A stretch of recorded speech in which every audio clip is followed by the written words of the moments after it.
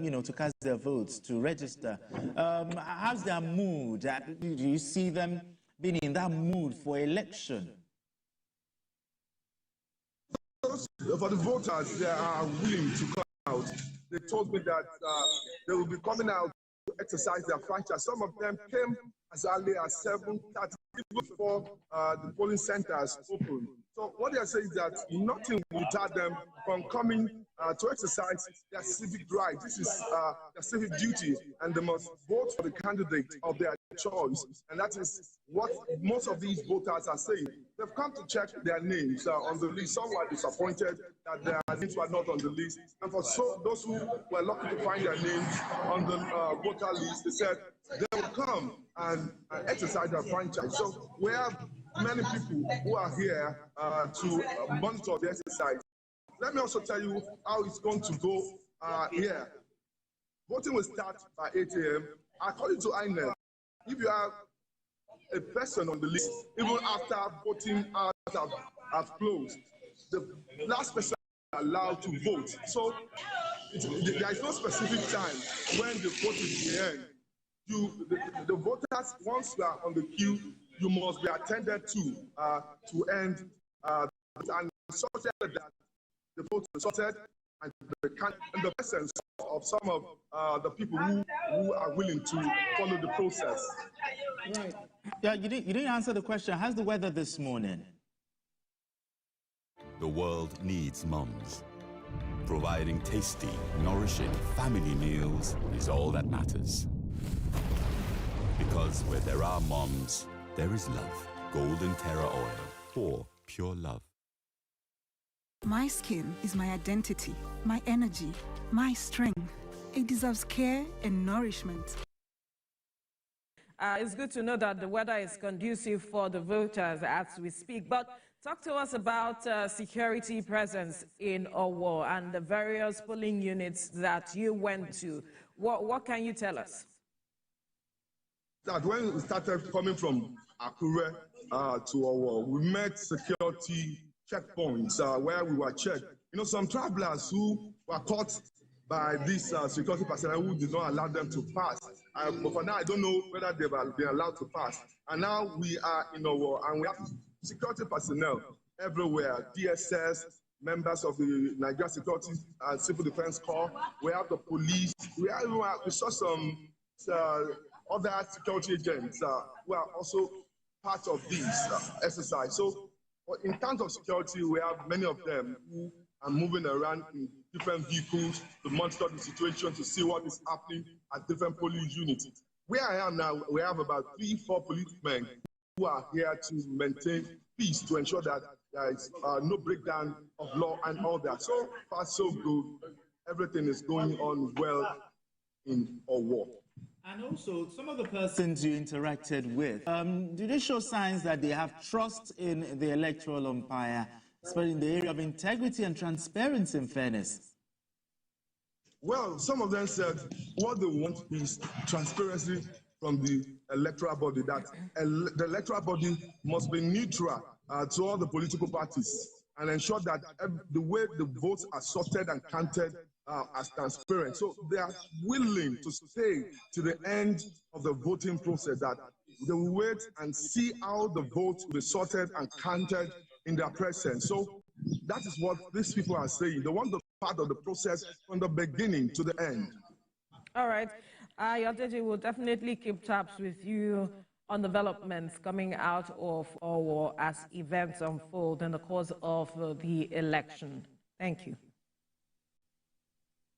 All right, let's get back to our conversation. Anthony, well, Owo is one of the local government's areas that INEC has said all eyes should be on, but I'm wondering, we're already seeing activities like he has rightly pointed, but why do you think that Owo is such a key, from your perspective now, why you think that key local government area to watch? Oh, well, because it has a history of vibrant political activism generally, but also because in this specific election, because of the relationship between we can't mention political parties, but between the camp of the incumbent and the camp of the former governor. So there's a statement to be made. If that is probably the battleground in this matter more than ever, because there are factions within the party, some looking right, some looking left, let's put it that way, and there's also personal contention going on, which goes beyond politics. It's actually a battle of individuals, of loyalists, of the former late governor who did not go with the, present governor and incumbent governor. So that is the reason for that. So history. And that will determine a lot. Well, determine a lot because a big constituency, as you heard, and also, it's quite a vibrant and influential one, because what happens in a war for people who follow in those states affects a lot of the communities around it. Now, let's look at the electoral umpire. The INEC chairman, Professor Yakubu, said that they've learned the lessons from what happened in Edo State, and this time you see a different INEC in Ondo States. How assuring is this? Oh, no, I've stopped following what the electoral empire says, because for me, they fell short of glory a long time ago. And, How long ago? Well, quite a long time ago. There's some. I'll finish the sentence.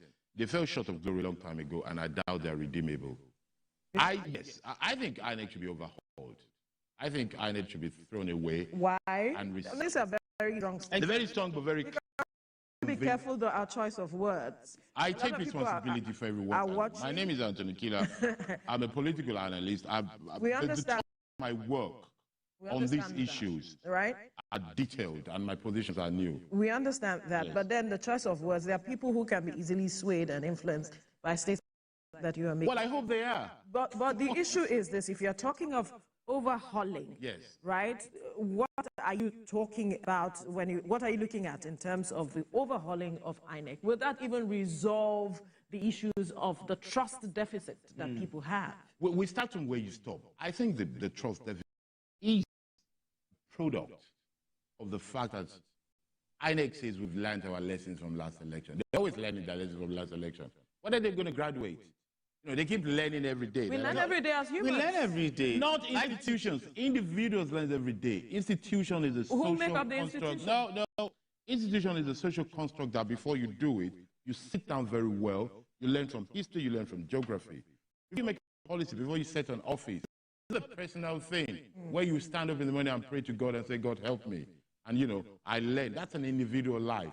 The life of an institution is where you lean on the shoulders of giants. You sit down and say, this office that we want to construct, this policy that we want to put forward, how has it been done in history? How is it being done in Asia, in America, in Europe? Let us come up with the best so that we don't make errors.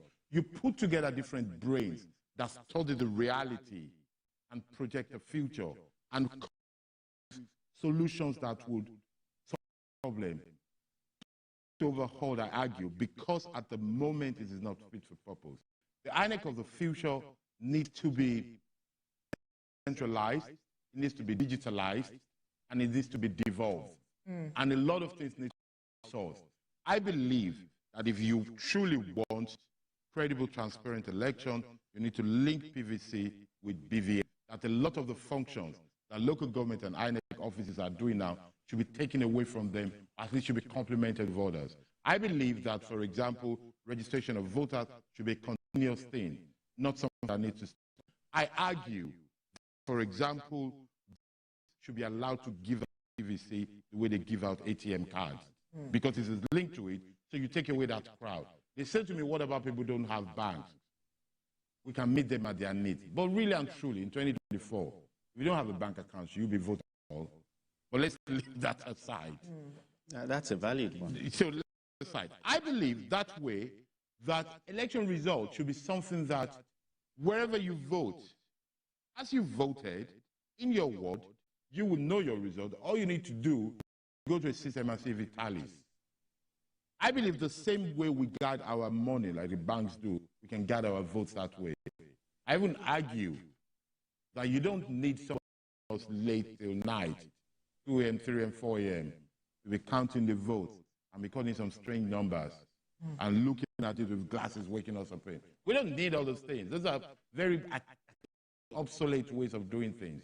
If you digitalize it, we can actually see as the vote is going. Go there, refresh, as the vote is going. Everybody knows.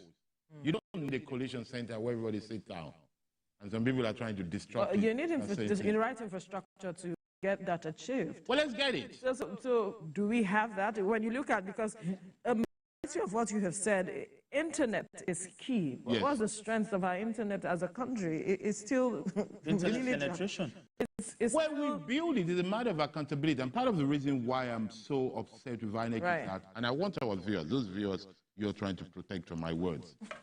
I have an assignment for our viewers. I want them to go and Google. Not difficult. They don't need to go to the library. To go and see the budget of the countries where democracy works and compare it to the budget of Nigeria and INEC. And we'll see the trouble we're in. We're spending so much and getting so little. But you see, it's easy to pick on INEC. One part of it. Our real problem are the politicians. And we need to be clear about that, because Ayo was talking from a while, and he was telling us the police are there, counting number of police. Why should we need police to do elections? Really, we need to look at ourselves. For safety. Safety, are we going to war? our Are we peculiarities. fighting? There's a bad peculiarity. What is our peculiarity? Our peculiarity is that the people vying for office in this country are violent, they're thugs. The people. No, choice of words. Choice of Well, why do you need police if they're not thugs or friends of thugs? No, let's be realistic. No, choice of I words. take responsibility. No, it's not about you taking responsibility, Yes. but we have laws, and there are certain words we cannot use on the air. Well, let them go after me, not you. No, they'll come for me, because we invited you. Okay, that's Right. fine. Okay, I'll leave it. Okay, I will use the word thug. Okay, let's put it this way. Vying for office in Nigeria are people that need to be guarded to make sure they don't go violent. There are people that need a lot of police when they do things. I mean, can we not think it through as people? Leave your partisan choice aside. Let us think that what kind of people are in charge of our offices if all of a sudden, for us to have a protest, we need policemen. We need to shut down the whole town. What is the election? So let's go to Ondo State. What is the election? It's about electing two people, Right. a governor and a deputy, to get a job. We say elect. It's about employing two people, a governor and deputy, just to get jobs. Okay. So for us to employ two people, we need to shut down the whole state. And we not see that there's something wrong in that. And I'm not blaming the politicians of today or INEC of today. I'm inviting us to a general reflection. See that we're running a system that doesn't make sense. That it doesn't. There's something fundamentally wrong with the fact that just to elect two people, just to employ two people, the rest of us have to shut down all our activities. And we need to deploy so much security. And we need to act as if it's something so extraordinary going on. No. There's something wrong with it. That's what I'm saying. So we need to find a way If to there's something rethinking. wrong with it, so are you saying that we have matured to that extent where we do not need all of those persons to have us in such a way that we can have a seamless process and we can elect these people without stopping people from going about their activities? I don't think it's a matter of maturity. I think it's a matter of competence. So we need to assume that, okay, our election is prone to violence and fraud. Right. So how do we deal with it? You know, it's a matter of strategic thinking, also on goodwill. You know, you need men and women of goodwill who actually want to make the system work. So they need to sit down and say, let us put in place all things that will avoid it from going violent, from going fraudulent, from going chaotic. And I also think that the politicians also among themselves, we can actually get together and say, let us agree not to be violent. Let us agree. That was why they signed the Peace Pact. Well, you see, as you can see, the Peace Pact, they keep signing it. Now, if you talk about change now, where should the change start from? You talked about, let's overhaul the Electoral Act. Yes. You think we should review it? Overhaul it, yes. We should overhaul the Electoral Act itself. Oh, the Electoral Act is fine, you know, more or less is fine. It's a process that we need to look at. The institution called INEC and the way it operates. Well, INEC has always called for a special offences, Electoral Offences Commission. We should listen to them. You know, you think they should have? Maybe I think we that should would listen to them, improve. I think I say this because I believe INEC is a very valuable institution, and people can just not trust it. It's a very sad democracy. I think it should be where people should trust it, but you can't buy trust. Now, who should hold the politicians to account? When politicians want to go, the other way, who should hold them to account? I think we, the people, led by you, the media, and I think all of us, the judiciary, the security, I think everybody's involved in that. Because don't forget that, again, we say this thing, we say politicians, and we act as if they come from the moon. They're not really from the moon. They're still us. Loosely said, not really all of us. Because that's what most especially the utterances, their actions, and most of the time, their followers, they actually go with them. Well, so that's what I'm saying, that should there be some laws, or do we have laws that can hold these politicians to account, that when you incite your followers to go in a certain... Well, you see, the incite thing, you can't really hold somebody down, because so far, there are few, there have been, but there are very few politicians, in fairness, that have openly incited people for violence. But what we need to think, though, is that violence in politics is calculated and it has benefit. There's an old saying in law and in Latin, "Quid bono." When something happens, you need to look at this violence, who's benefiting from it, and that allows you to then investigate and avoid it in the future.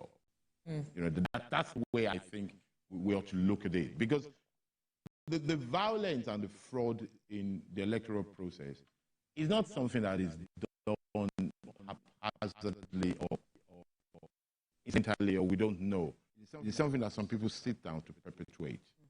So as the perpetrators of quote-unquote evil are sitting down to plan their way, the lovers of good should also sit down to say, how do we prevent it? That's my argument. Now, who takes the day? That matters. That matters, exactly. Now, I want you to, let's piggyback a bit to the matter of the peace pact that was signed. As usual, we signed the peace pact leading up to an election. All the parties involved come and sign. But there are those who say it is high time that that peace pact is signed, but is backed by law, such that whoever signs is held accountable. Like he was pointing out, accountability when we're talking about elections and the success of our processes. Do you also share that view that to make this work, even though morality is obviously not getting us the result at the end of the day, because that's what this is about, but then, as it is it high time, and would that even work? Let me start by saying it's a good thing that people are saying, that people are looking at the peace pact and understand that it's not really working, because every election, every year, we do the peace pact, people agree not to be violent, and they agree not to protest or challenge election, and they get violent, and they still challenge elections. So that peace pact is a goodwill gesture, which we must not stop, but we should understand that it's not really, bringing the result hoped for. I don't think we need new laws. I think there are enough laws. There have been enough laws. We just need but implementation of the law. Yes, that's what we It is the challenge. All right, we have senior political correspondent Ayodele Ozubakun. He is in Akure South, standing by to bring us up to speed with developments from there. Ayo, what's the mood like? I recall that leading up to the election, you were saying it's not looking like these persons are ready, or residents are ready to come out to vote, but has the mood changed now?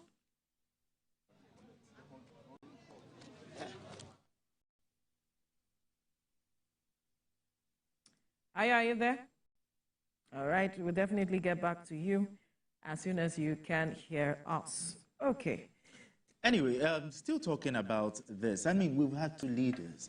One of them talked about the do or die, and the other one said that it's not what the blood of my ambition is not what the blood of any Nigerian. But why are you not tilting towards the one that said my ambition is not worth the blood of any Nigerian? Well, because that one lost.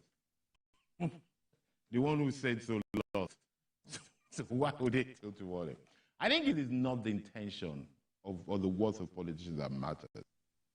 It is the consequence of what they do and say that deters people. You see, the countries where election is not violent and is not rigged, It's not because the people would not rig or use violence if they could. It's not some kind of innate or ingrained or acquired value. It is because the system does not allow them to do it. It is because at some point, there's another part of the country that is making sure that thing is not. You see, I think in Nigeria, part of the problem we have is that we have a monolithic ambition. Everybody's thinking one way. Everybody wants to be state, governor, or president. There are not people who are thinking, I want to be famous for the person that stopped Nigeria from rigging. And I want that diversity. I keep saying this thing, the diversity and opinion. You know, I want some people to grow up and think that I don't care about being president. I want to be the person that will tell the president to stop that nonsense. All right. Let's put you on hold. Yes. We have Ayodele Ozugbaku, senior political correspondent, standing by now to bring us up to speed with development from Akure South. Ayo, right behind you, I can see a number of persons have come out to check the registration and see perhaps their names. But has the mood changed from the look of things? You know, leading up to the election, you were saying the mood in Ondo State does not seem like the people are ready to turn out to vote. Well, right behind you, it seems it's a different story. I'm struggling to hear you, but I heard what you said about the mood. Maybe the mood has changed. But this is Sacred Heart Cathedral in Akure South local government. And in Akure South local government, this is about the school with the biggest or the largest polling units. It's called a rack. It's called a rack. So what you're seeing down here is this is like a deployment zone. This is where ad hoc staff of INEC, they're taking their sensitive and non-sensitive materials for upward distribution to other locations in Akure.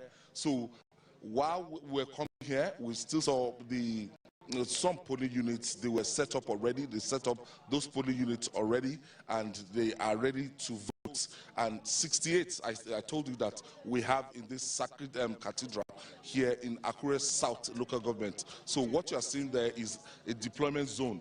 They are just waiting for their vehicles. They are waiting for vehicles to convey them to the next zone. But if you ask me, I will tell you that it's late. It's late because by now I expect most polling units in Akure to be set up. The INEC is not far. The INEC office is not far, and for this local government, the sensitive and non-sensitive material would have been distributed like 48 hours to this local government. We didn't envisage they were going to have this kind of logistic problem. So, as you can see members of the National Youth Service Corps. You can see security agents. You can see them even holding some of the sensitive and non-sensitive materials and something that they will use for the polling ballot boxes, a lot of other things. So if you see these people, they are waiting for the buses one by one, and the buses have been coming and going and one by one. So majority of what you can hear, they're not voters. I've not been able to see the number of voters, but in other polling units, down, as I told you earlier, we have 62 polling units. I can see some of the polling units, people going through the registration, going through their registration lists to spot their names, actually to start the process proper. But all the 62 polling units in this school, that's okay. This one very close. They are still ready, but they've not started yet. Getting ready, putting things together, and normally we should see would be voters across this. You can see the beavers, you can see the electoral officer 1. You can see normally statutorily you have electoral officer 1.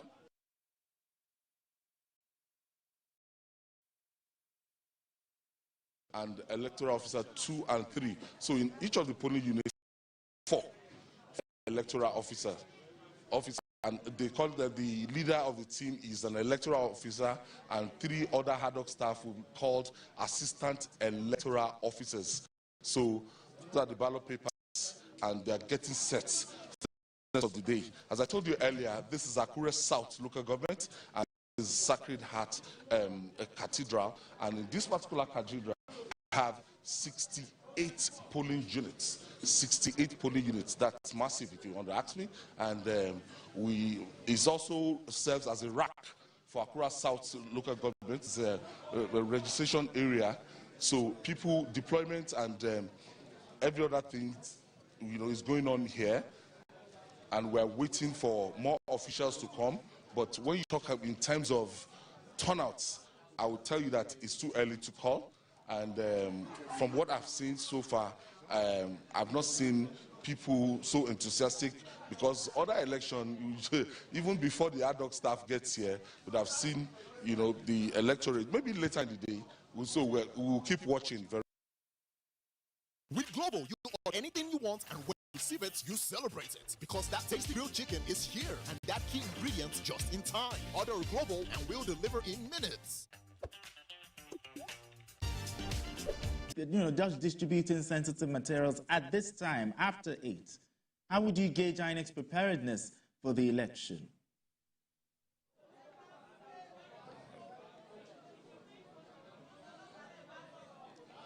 Well, still struggling to hear you, but I know when I asked the question, as I told you earlier.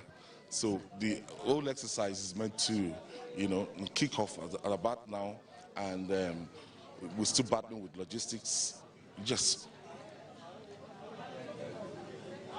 Okay, the level of preparedness on the part of INEC, if you ask me, it's too, if you ask me, it's too early to, actually ever and, any kind of assess INEC, because the exercise is just started. But if you want to ask me, what I've seen, this is Iraq.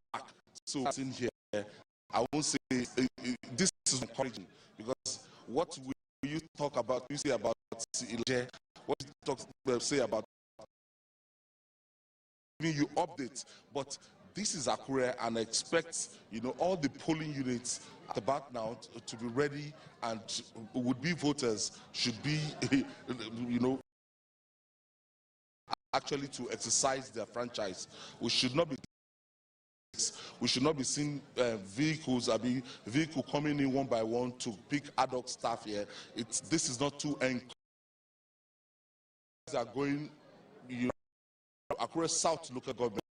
Those areas, they would be waiting for them this time. So talking about the level of preparedness, this is like part of the Independent National Electoral Commission. This is as Akure, the state capital, as I told you earlier. So if they're finding things difficult in the state capital, where the headquarters is just a stone,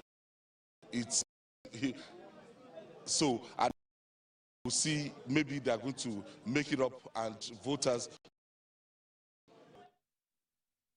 All right, Aya, if you hear me, let me raise my voice a bit. Before you got to that particular rack, when you were touring Accra South, talk to us about the presence of security, because we know a huge number of security personnel were brought in for this election. Everywhere we have security, it's like a lockdown. The whole city is on lockdown. You can't access anywhere except you are going to your polling units. So vehicular movement, if you are to move, you are meant to have your election duty card with you, and if you're a journalist, you're meant to have something like this to identify yourself, and some will even go further, that they will need your organization ID card beyond what was issued by the Independent National Electoral Commission. And as you can see, this card here reads Ayodele Ozubakun, TVC Communication, so they must be able to match up your communication with what you have here. So that's how, how serious the security. And you have military men in some strategic points. You have policemen manning strategic points. You have NSCDC in other points. And as you can see, you have policemen waiting here for this big mega polling units. I'll tell you about the mega voting center. If you are talking about 68, so I expect this place to be filled by now. So security officers waiting for the electorates, to do their jobs.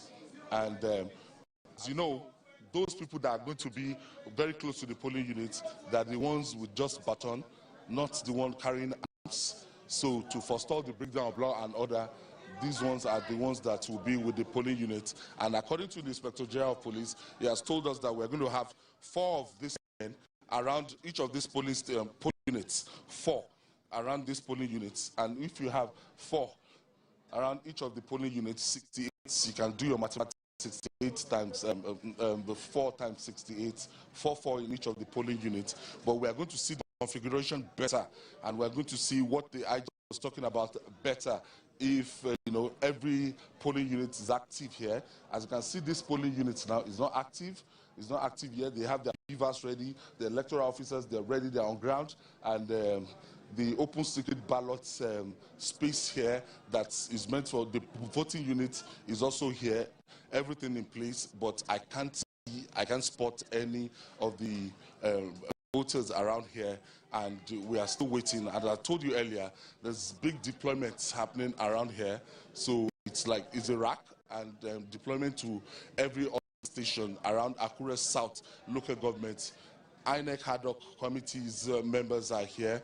They are with their sensitive and non-sensitive materials, and you can even see some that were deployed by the commission actually to assist the buses that were engaged for this particular exercise. But ultimately, we expect that the exercise should have kicked off by now, or all the polling units ready, waiting for the electorates right now.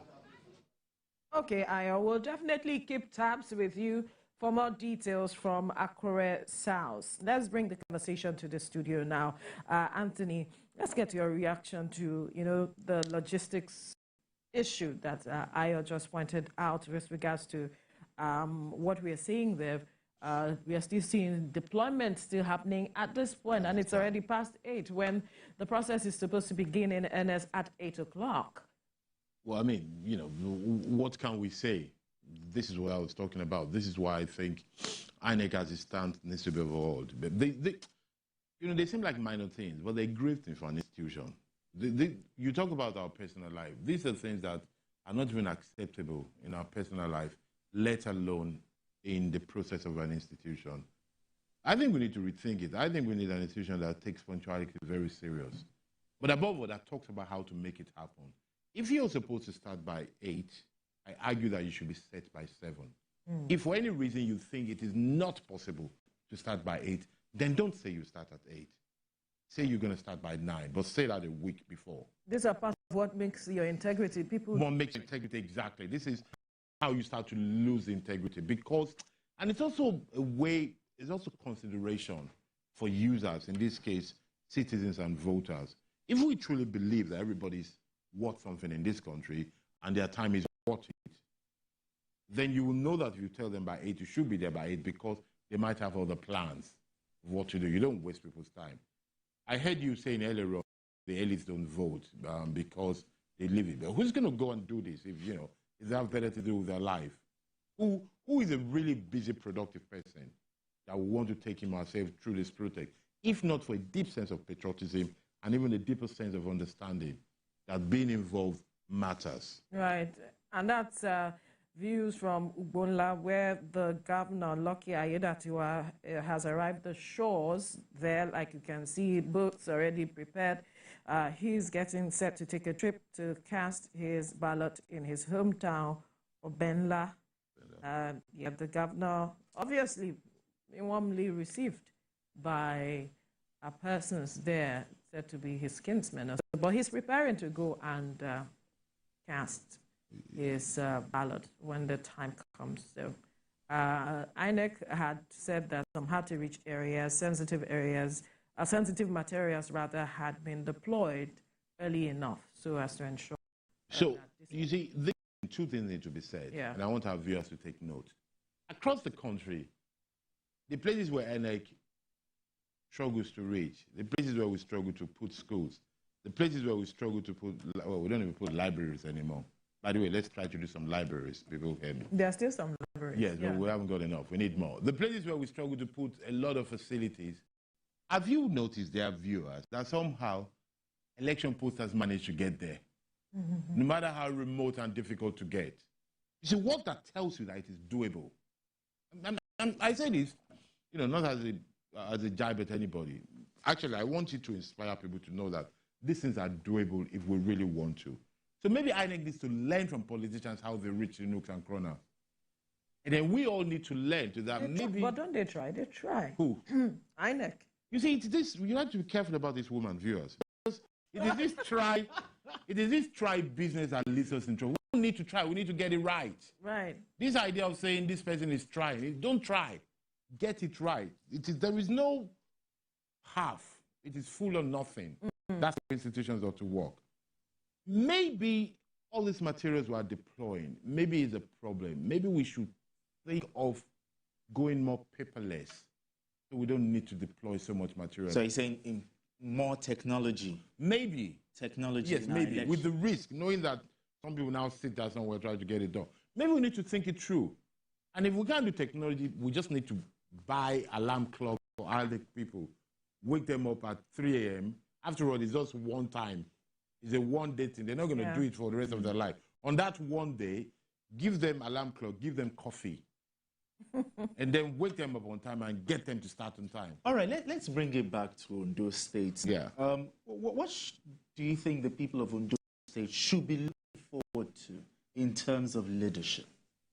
Well, I hope for them, and I hope they do push for. Ondo State is an area that is rich in human resources and natural resources. Well, let me confess, this talk of natural resources, I've never been a big fan of natural resources. Let me just put you on hold quickly. We have our correspondent, Sarah Yeku, standing by in Okitikpupa to bring us to speed. Sarah, talk to us about logistics, deployment by INEC and every other thing. Oh, I see people around you already. Voters are out. But talk to us what's going on where you are. Of course, it's been weeks and weeks, months of campaigning for the 17 political candidates, gladiators for this election. And for the people, of course, they have been prepping up for today. And just what you see right now, so I'm at polling unit 017, that's new garage zone at some new motor park, and 2, that's at Okitipupa local government area of Ondo State. And you see that INEC ad hoc staff are already here. They've been here since about 7:30, 7:45-ish. They've been able to set up the polling unit area, and what they're doing right now is briefing residents about the mode of operation as it pertains to the electoral process. And so by 8:30, just like the INEC ad hoc staff had said earlier, that they're going to be opening the polls. So what you see right now is people are checking their names on the list, on the sheets along the wall. They're checking their names. We've seen a couple of them coming here to check their names just to see how they can, of course, get their voices heard on election day. And so it's really sunny. This is the Sunshine State, of course. It's really sunny. It's hot. For anybody that is in Ondo State, you wouldn't, for those who are coming as visitors, you wouldn't envisage this heat and hotness. And of course, the sun is really bright. But for the people, it's normal. And so what you see at this park is, in this polling unit alone, we're expecting over 1,000 voters will be at this polling unit. This polling unit 017. Over 1,000 of them, specifically 1,095. We're expecting to see them at this polling unit. And earlier on, we saw a particular candidate on the ballot, of course, is from this particular local government. And we saw him, going around with his supporters, trying to ensure that they do some kind of last-minute canvassing, for votes. Earlier. Whether that is allowed, we still don't know yet, because according to the law, we're not expected to see any sort of canvassing around the polling unit area on election day. So earlier we saw a particular candidate come around with his supporters, ensuring that voters come out, residents come out to each of the state. So for now, we see that the residents are getting set for this election. They are getting to line up because it's almost 8:30 on the dot, and then as immediately it is 8:30, right, election starts immediately. It is 8:30, and so that's what you see. Right after that briefing they had earlier, They've asked the residents to queue up. No demarcation whatsoever. Male and female are on the same queue.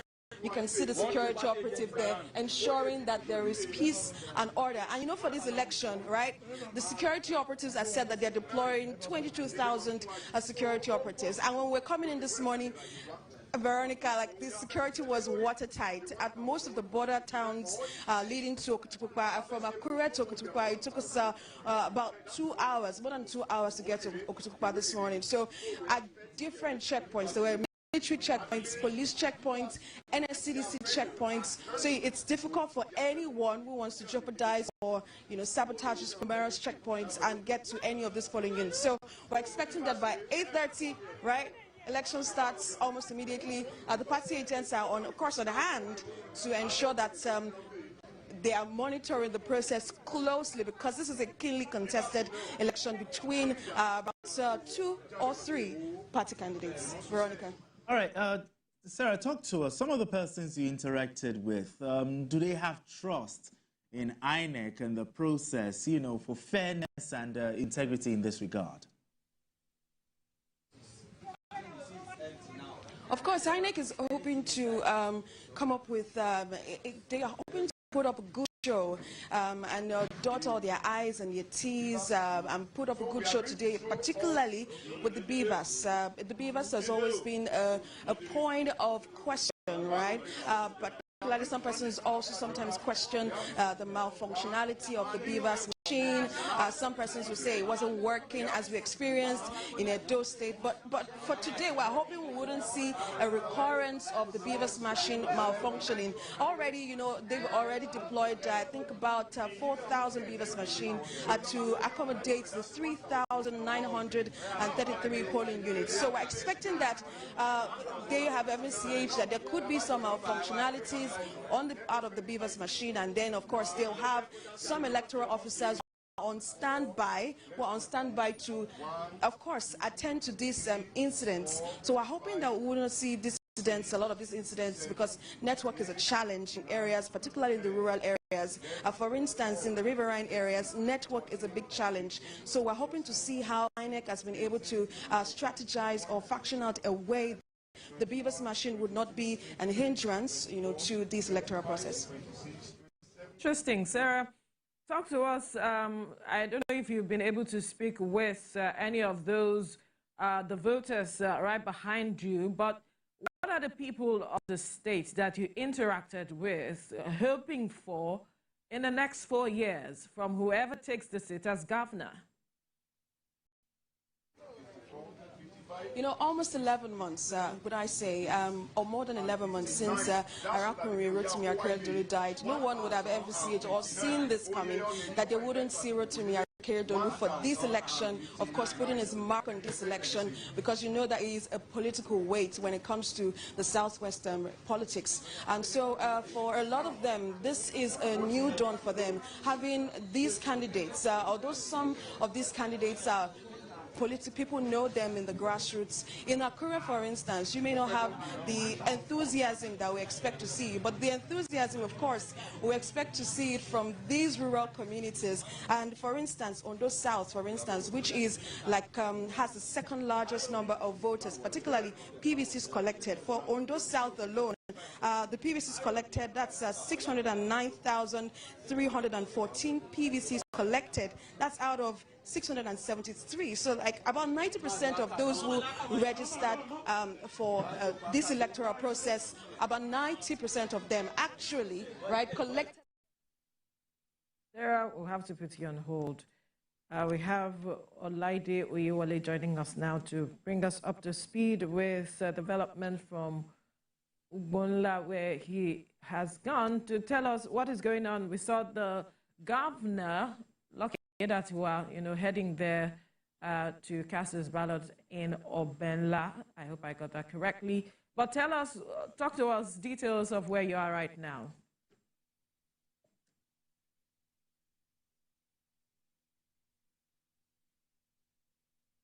Olaide?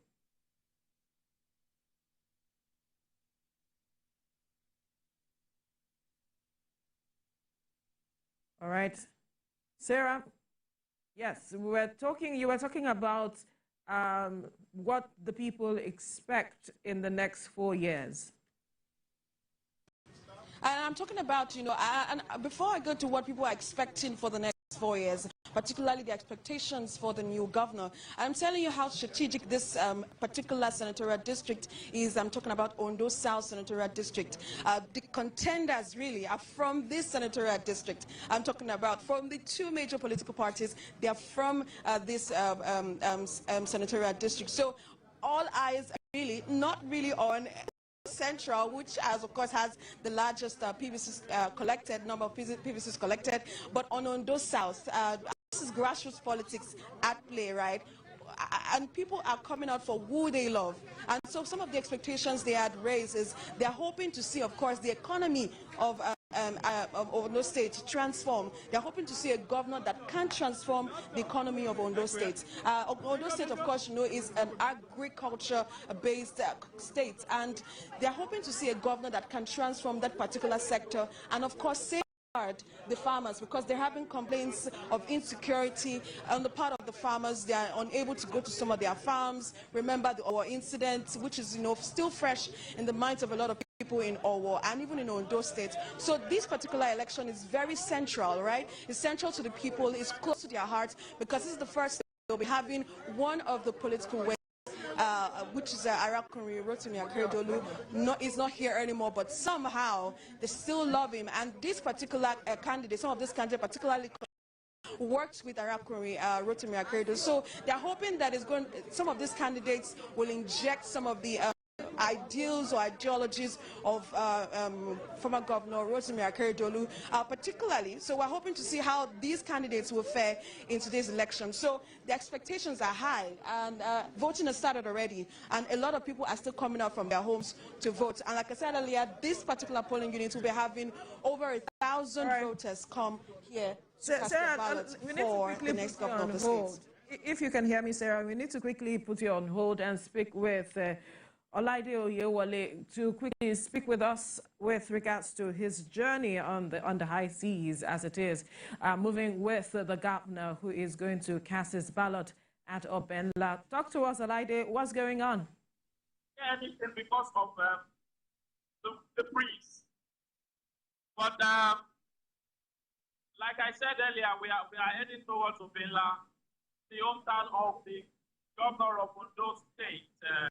In the larger local government, and this trip is supposed to take about 35 to 40 minutes down to his hometown. The governor has left before us, and we are hoping to catch up with him before he gets to his hometown. So when he got to the shore of the river, it was only by people. Because they've been expecting him to arrive. So he greeted the people around and headed to the boat to his hometown, where he's going to cast his ballot. So far, it's been peaceful here in Ondo State, and even on the riverine area, also been peaceful. And we are hoping that we get to we don't know what has started, where we are going, but hope that when we get there, the governor will be able to cast the ballot immediately he gets to his hometown. So that's okay for now. And we have some of my colleagues here who are also Mealtime is game on. Meet my SureBet Game Changer, made from natural ingredients to deliver game-changing chicken aroma and taste for my whole team. Upgrade your chicken game with game-changing chicken flavor, Maggi Chicken. They say I have to choose, be a community builder or startup founder, grow team skills or vegetables, being a social activist or a businesswoman. I choose not to limit myself. It's only fair to pursue anything that matters to me. With the Aurora Tech Award, powered by InDrive, I can. Apply now for the award for women founders of tech startups. Join us women who empower every role.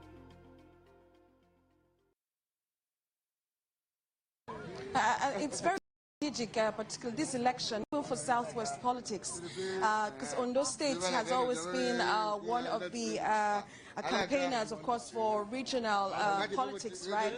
And this started with, of course, the former governor, and so what we're hoping to see today is people, of course, come out, you know, to show us who they actually want to vote for. I don't know if any of you would like to speak with us to tell us what your expectations are for the new governor. To pass it, Jacko Yoruba lema so. Kí lẹ fẹ́ kí governor tuntun ṣe? Oui. Kí la fẹ́ kí governor ṣe fún wa bí? Governor tuntun tó máa wọlé, kí lẹ fẹ́ kó ṣe? Ó máa ṣe dáadáa fún wa, kó ṣe dáadáa fún wa ni. Kó sọ̀nà fún wa. Kó tó mú kó sọ̀dẹ̀ ẹ̀rọ. Owó school kó sọ̀dẹ̀ ẹ̀rọ.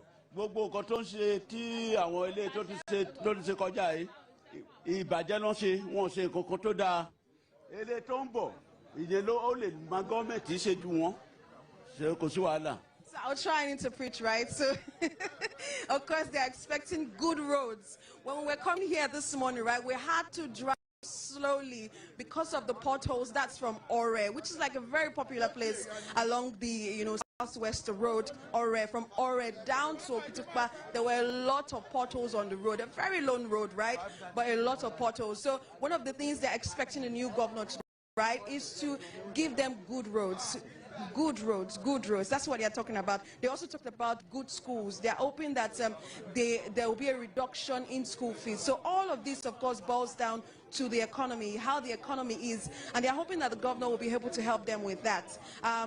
It's a really difficult terrain. I'm talking about the Ondo South Senatorial District, because part of this senatorial district is where you have the riverine communities. This is just a few part of the local government of the senatorial district that is on land. I'm talking about Okitukpa. That's one of the local governments on land. Most of the communities are riverine communities, and there have been challenges of seeing caution, and we've reported this over the years. I've been here 2018, 2020, 2022 to also report about the seeing caution affecting Ayetoro and those riverine communities, and it is really massive. So I'm very sure a lot of these voters from this senatorial district are expecting that the governor will bring something new and give them a better economy, an economy where they can thrive, an agricultural sector where farmers are safe, where farmers can thrive, where people can go to school at little or no cost. And so that's, you know, what's on the lips of a lot of these voters that are at this polling unit. All right, talk to us. Are you impressed with the voter turnout and also the presence of security personnel there? Do you think the people are a bit intimidated by their presence? You know, just talk to us on those two.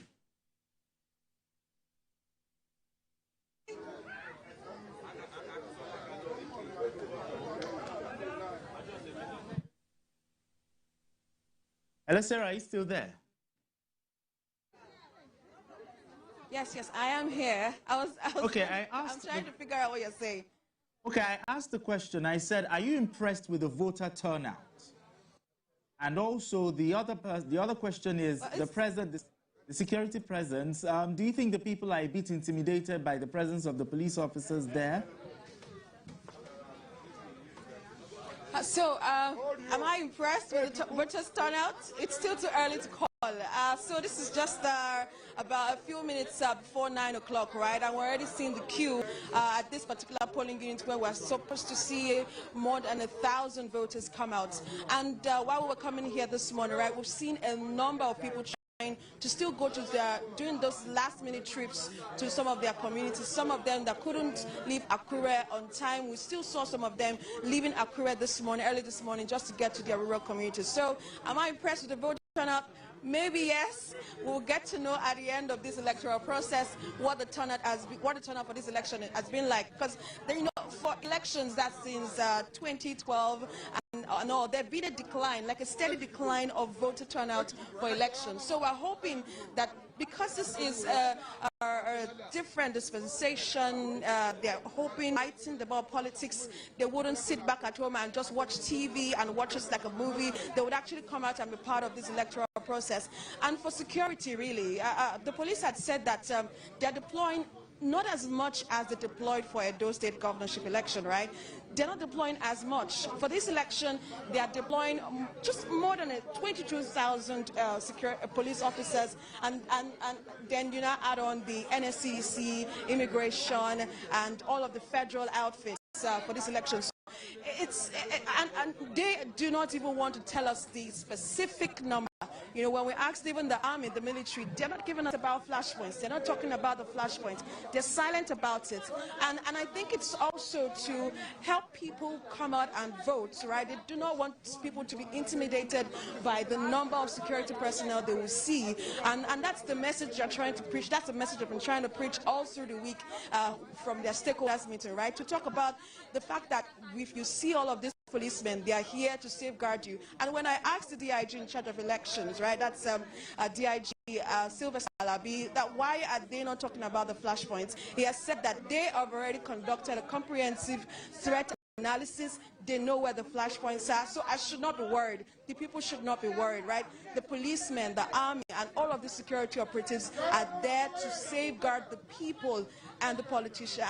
People particularly, and of course with the media. They didn't even mention the politicians because, you know, they're going to withdraw VIP escorts, right? So they have said that the security officials are there to safeguard the people, and people should not be scared. They should come out and vote. So it's still too early to say that, am I impressed with the turnout? Maybe yes, maybe not, but we're expecting to see more people trying to come out and vote for the next governor. We're also expecting to see people actually encourage themselves. We're expecting to see more people go into homes to canvass, because I'm hearing someone ring a bell, and I know it's some political party, right, trying to get people to come out and vote. So we're hoping to see more numbers today, not in Akure, but in the rural areas. Interesting, Sarah. It seems people want to just go about their duties, but definitely we'll keep tabs with you for more updates from where you are. Let's quickly move over now to Owo, where we have Ayodeji Morade standing by to bring us up to speed with developments. We hear that voting has begun at Ahmadiyya, but then talk to us. We can see a number of persons or voters right behind you. Tell us how the process has been so far. Well, Veronica, let me tell you that voting started. Voters told them that they checked the ballot box where the votes will be sorted and everything will be done. That they should look at it. Everything is transparent. That they should all conduct themselves in an orderly manner. Now the voting has started, and the people are trooping out to be part of the exercise. The deputy governor of the state is expected to vote in these polling units, and the people are conducting themselves in an orderly manner. You can see at my back, we have some of them here who are ready to cast their ballot. And in terms of the functionality of the BVAS machines being used, it is working perfectly, and the people are also conducting themselves peacefully in order to be part of the voting process. So far, so good. It has been peaceful here at Ahmadiyya Secondary School in Owo. All right, so talk to us. What are the, maybe have a conversation with some of these voters. What are the expectations for whoever emerges winner? They will be part of the exercise from the beginning to the end. They want to see how the voting will take place and how the people will conduct themselves. And after that, how the votes will be sorted in their presence before the vote will be counted. So they are ready to wait here, and the environment here, we have security personnel who are monitoring the exercise to ensure there is no breakdown of law and order. So it has been peaceful, and the people are conducting themselves also peacefully here. Interesting. Let's look at the demographics now. I can see more women there than perhaps young persons. Talk to us about the gender of persons right behind you. Can they come again with the question? I asked the question again because I was distracted by Okay, I was saying that talk to us about the demographics in terms of the gender, the women. I'm seeing more women from my end. I can see more women than men or youth present there. But when you look at the numbers we were given by INEC, youth seems to make the higher number of persons who have gotten their PVCs. But with the representation right behind you, the women seem to take the day. Yes, you are correct. If you see the people behind me, you see that we have many women than men, and also we have many youth. According to the statistics released by INEC, over 1.2 million male voters we have in Ondo State, higher than the female. That with female, we have 1.1 million female voters here, according to the INEC statistics. But with the current situation we have in here, I can see that we have many women who are here to exercise their franchise. We also have some youth, most especially youth.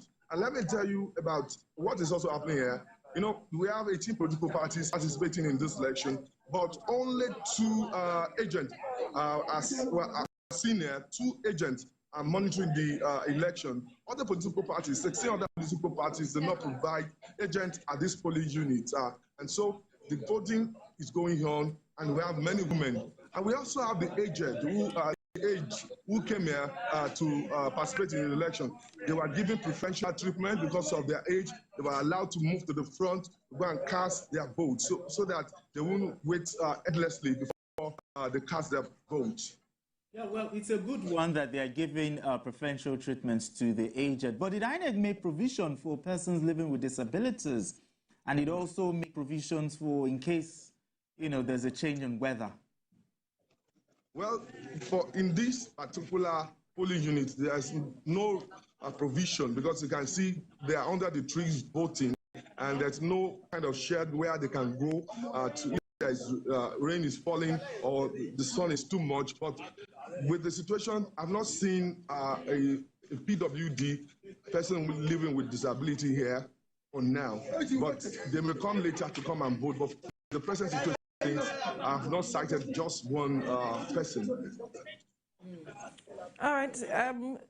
We can only hope that the process goes smoothly, but talk to us about the conduct of security personnel at the polling units. How are they conducting themselves alongside the voters?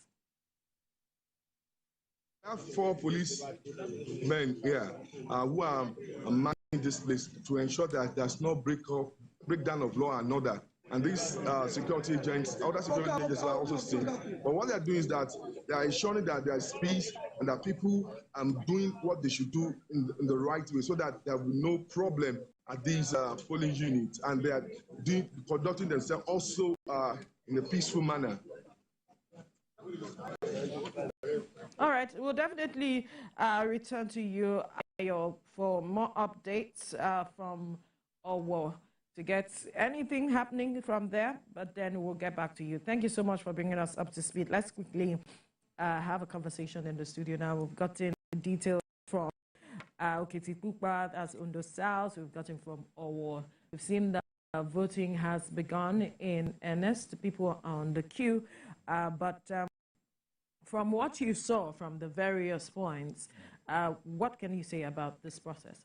Well, I think for me, that's expected. I don't expect a very large turnout in this exercise, and I expect it to be peaceful because there is no major grouse, you know, for not for confrontation.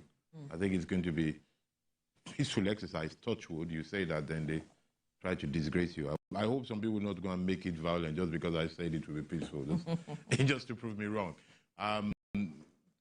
But I think more importantly, it is those who, after today, whoever wins, that we should be appealing to have a good program for the state. Ondo State is a place full of potentials, and it's quite low on outcome. But if you tap into that potential, it's a state that becomes truly great. I believe the central point should be people development. If you think of developing your people, you will understand the need to create the right infrastructure that would allow people to move to be able to... You saw the demands. The demands, exactly. So, you know, and it's not very difficult to know the demands. The demands are basic, actually. They're very basic, exactly. Yeah. And it's a shame, you know, we're still talking about these things that we've been talking about in 1979, exactly. Perhaps even before then. But, you know, we're where we are. I think any governor can just dust up the manifesto of 50 years ago and they'll be fine. It's still roads, education, health. If you can do those things, they'll be fine. But the good thing is that if you get those basic things right, a lot will happen. If you develop people and you give them the possibility to be able to trade, learn, love, and even worship so that they can move and make things happen, a lot will happen. There is in the country now a bit of a problem. How do you finance this thing? I think the challenge for good leadership is the ability to think outside the box. Right. And I propose private partnership. That you don't need to wait for money of the state by increasing revenues or waiting money from Abuja. You should use what you have there and try to create some competitive advantage. So, for example, the state is a rural area, primarily known for agriculture. Yeah. I think the next government and the people should form a social contract in which they set themselves apart to say, in the next 18 months, 2 years, 2.5 years, Ondo State should be known for 10 products across the country and across the world, that they produce enough for themselves and to sell to the rest of the country. You know, they need to think that way.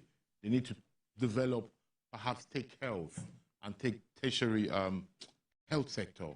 That is, you know, interventions that are not emergency, that are not primary, and build centers that can serve the region of the Southwest, if not the whole of Nigeria.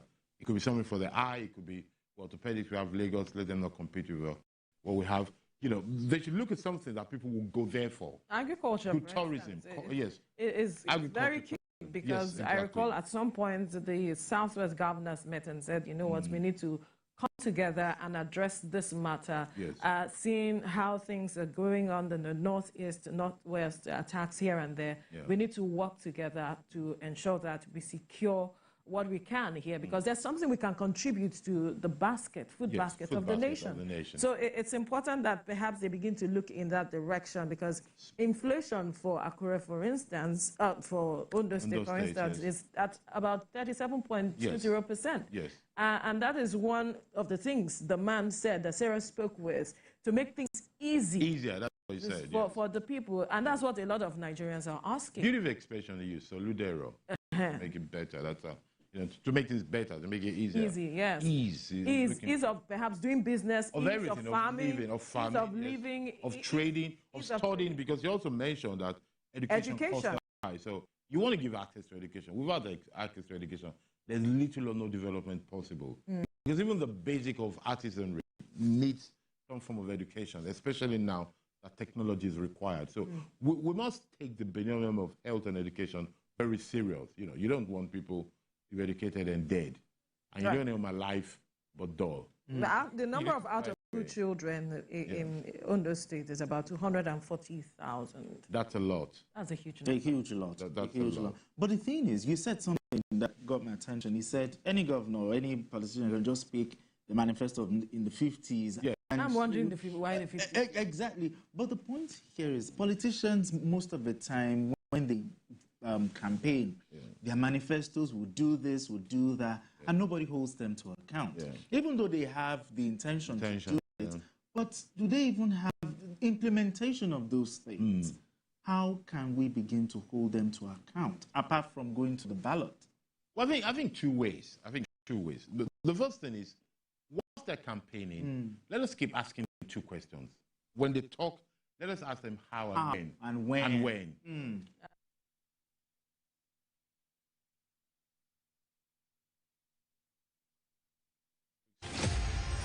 Maya Angelou was a civil rights activist. They say, don't steal, don't lie, but they know the church is full of liars and, you know, and adulterous. Believing that one day adulterous people. Yeah, knowing that one day they will stop it. You know, we just need to keep saying it.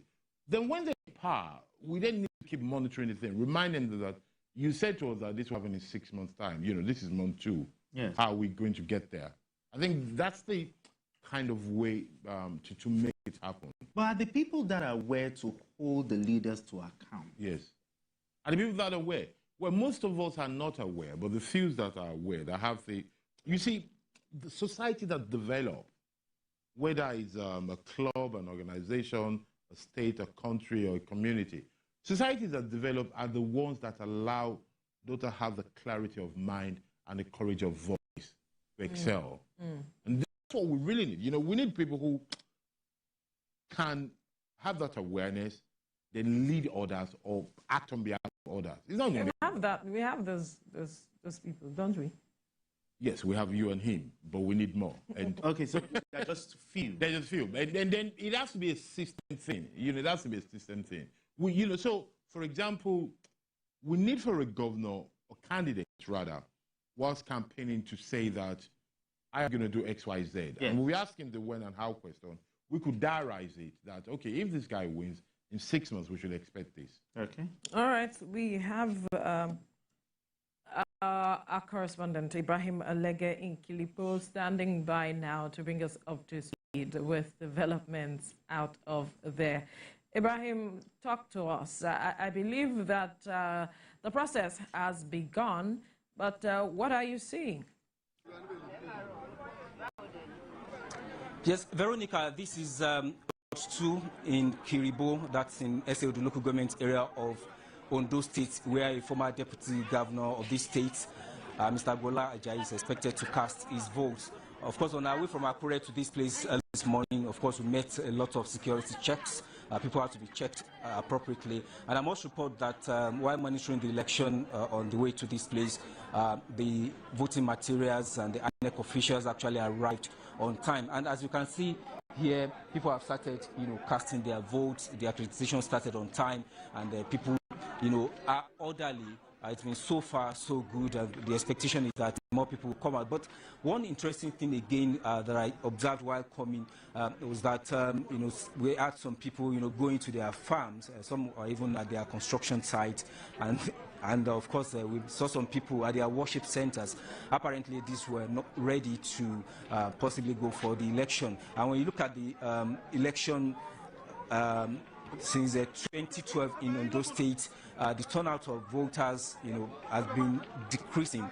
Since 2012. 2012, you had 39% of registered voters who cast their votes. But the last election, we had just 35%. So that means this thing is going down gradually. But the advocacy has always been that people should come out to, exercise their franchise. So we hope that people will be able to heed this advice and come out to exercise, their rights. And also talk to us. You mentioned some persons going to their farms, going to construction sites. The persons you've interacted with, do they have trust in the process? Do they have trust in the electoral umpire? And secondly, have you seen or heard incidents of breakdown of machines, beavers and all, the machines working, effectively?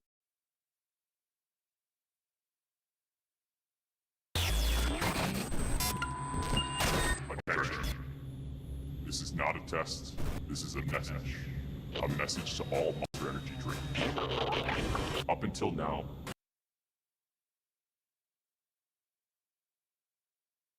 you've gone about your lives clueless to reality. The truth lies. But it's time to wake up. All you have to do is find the beast and scan the code. Are you ready?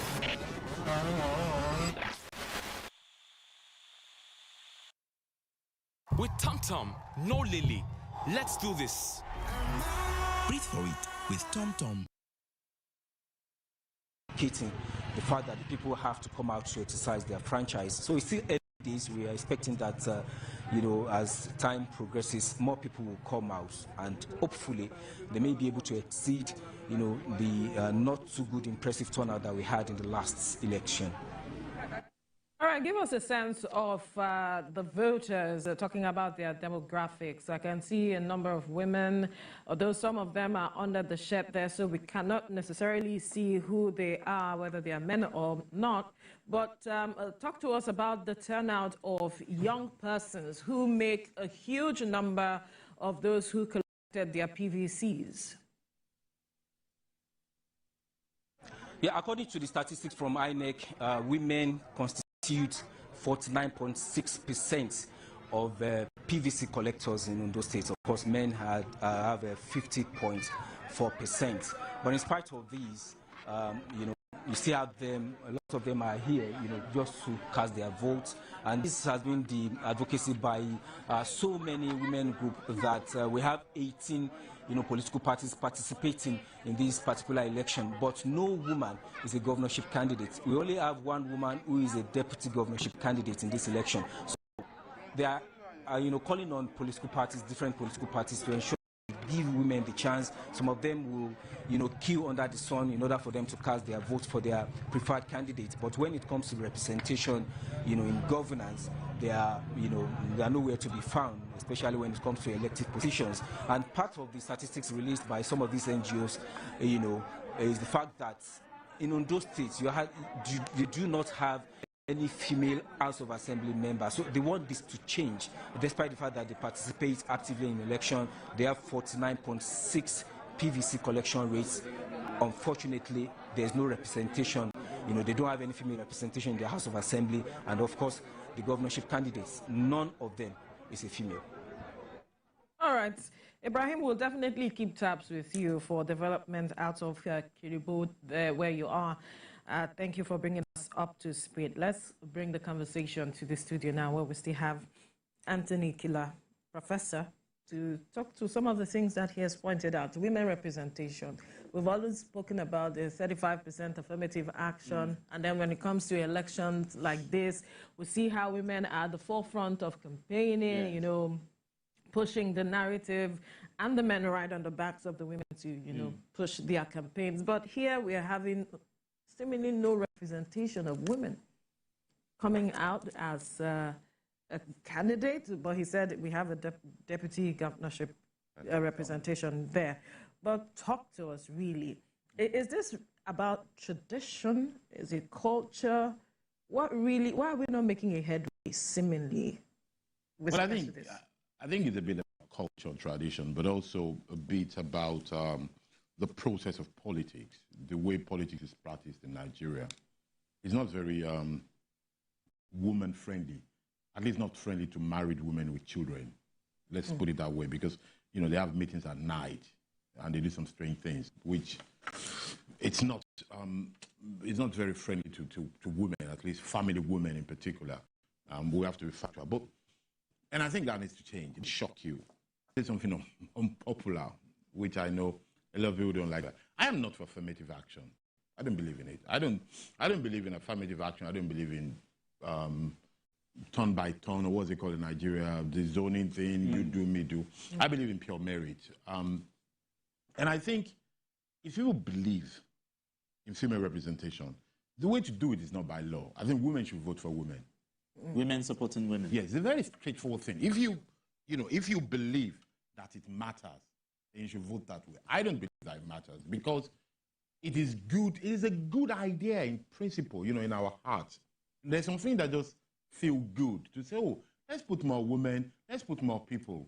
It's a feel. So it should not be about sentiment. I like sentiment. It's not even sentiment. It is feel good thing. I don't like to call it sentiment. When people want to do bad things, they say, let's not be sentimental. I say, let's be sentimental always. I'm always sentimental. It's just a feel good thing. Okay. But if you look at it, raw data, and I consider the expression, let's not use sentiment. If you consider raw data, there is no proof in Nigeria that where you've put women, there's been less corruption or more competence. There's no data to back that. It doesn't mean that it hasn't happened. It doesn't mean that it hasn't happened. So the desire to say, oh, let's put more women because they will steal less or act better. Oh, we've seen what they've done. Let's not go there. Let's not go there. Let's not go there. But I believe, though, that if people feel strong about it should be negotiation and action. But this idea of doing it by law, yes. The political parties, yes. Can't they? It's always so hard for the women to get there. Yeah, to get the vote. So, in the buying of the parties. Yeah, the buying of the parties. Well, that's it, because the people choosing think they can get away with it. If all of a sudden, I think, you see, our idea, this is our barbarism. We always think we should look up to the people on top to make things happen for us. If the people look at themselves... They will be influenced, don't they? So I have another strategy for women. Look at yourself and say, sisters and friends, let's not vote for any party that has no women. That way, you're doing a demand-led innovation, i.e., you're demanding for it. Okay. But you're demanding for it not by begging. You're by holding your vote and say, let's wait for them. And standing by. And say, we're waiting for you. Don't bring women, you don't get our vote. You will see that politicians will change immediately. If they see that the path for them to get vote is by putting women. I argue that the reason why they can do so now is because they know they can get away with it. I have a couple of daughters, and I'm teaching them something already that if you're very keen on this, put your money only where there are women. I say to them, you want to open a bank account? Do you want a woman to be a board member? Go and look at their members on the board. If there's no woman, don't bank with them. If you're so keen on it. I think the democracy that works is where people take ownership of their life. I agree. I agree. It is not this idea of saying, oh, let's do affirmative action. Oh, why aren't politicians giving women slots? No. If women feel so strong about it, and I say this thing, it's a bit complex because I consider myself a feminist and a very committed one. But I believe, like every sector of the society, whether it's young women that I'm committed to, I believe in responsibility and action, not affirmative action. I believe that you have to be proactive. You need to show the people you want something from why they should give you, not tokenism, not, riding on the feel-good feeling. I think if women are keen about it, they need to mobilize. But I think it's not easy for the women. Good things are never easy. Yeah, good things are never easy. Especially in the Senate, the lawmakers, I wish we could have more lawmakers that would support the women, looking at this issue of affirmative action that she talked about. You want this affirmative action? Yeah, I really They will like you. You'll be getting claps. They will prefer you to me. I really do. I have a wife at home because if I don't, it might not be so nice when I get home. Still, you have to impress. Exactly. Let's also look at the matters raised. At some point, one of our correspondents told us that, yes, there are 18 political parties, but then party agents' representation at the various polling units, especially where he was, he didn't get more than 2. I wonder what he said to that, because at the end of the day, we are hoping that maybe they will come in later on, because that could foment trouble at the end, because they are supposed to monitor the process. So let's look at the party involvement, because we expect that they should have been there right from the beginning to see following through the processes, so that there wouldn't be issues of gaps here and there where they begin to say, oh, this happened because our candidate is in this polling unit, that's why it didn't begin here, and all of those stories that we get. Right. So, 2 things there. 1, fact, they're late. They're not there. That's a fact. Yeah, they are not there. No matter how we say it, no, we can't argue with that. They're late. Hope they might come later. But like every they might even not come. Maybe they don't exist. So the issue of competence and presence is already at stake here. A party that cannot organize itself to have enough agents and be on the ground is not worthy of ruling. It's as simple as that. Maybe they're unlucky, maybe they're incompetent, maybe they don't have enough people, maybe today is not their day, tomorrow shall be their day, the young shall grow. But for now, they're not. But you need money for things like yes. Some of them might not even have the financial wherewithal, to be able to sponsor agents, And so what should we do? Well, they should stay at home. I mean, what's this thing? So what should we do? We should feel sorry for them. No, you see, we say him some slack is what I'm just saying. He's now saying cotton slack. That is the origin of our problem. You see, we can call them slack, but what should we do? Maybe they shouldn't have formed the party. They're not ready for it. Or if they form the party, they should know their reality, that they're not ready for the big game yet. And maybe they should merge with other people. Okay. Maybe they should think of school. You see, the thing is, we have to find a way to be rational in our actions. And even sentimental. It's not about not having sentiment. Our sentiment should lead us to the right movement. Sentiment. I want to be a good graduate. Reason, let me study hard. Sentiment, I feel like playing. Reason, it is better I study so I can pass. Sentiment, I want to change Nigeria, so I'm going to form my party. Okay. Reason, I don't have enough support. What is the right to do? Let me go and do a coalition, openly, of like mind. We need to reason that way. You started on by talking about accountability. Accountability starts before getting into power. It is by calling out parties who are shouting party, but they're not really parties. Leaders who are calling themselves leaders, but they're not really leaders. It is by calling them out in the process. You see, we all think democracy is an end point. It is not. Democracy is a process. It's a process. And it is in that process, step by step, when we get it right or wrong, that we'll find ourselves in the wrong place. You see, we need good politicians, we need good institutions, but I also need what I defined as ANC in Nigeria, the Association of Non-Contenders. We need people who are not interested in partisan politics, but enjoy to see a good process work. That would be interesting, because we need for you to expatiate on that. With the kind of politics we practice here, I don't know. But let's quickly go on a break. When we return, we'll continue our conversation here. Stay with us.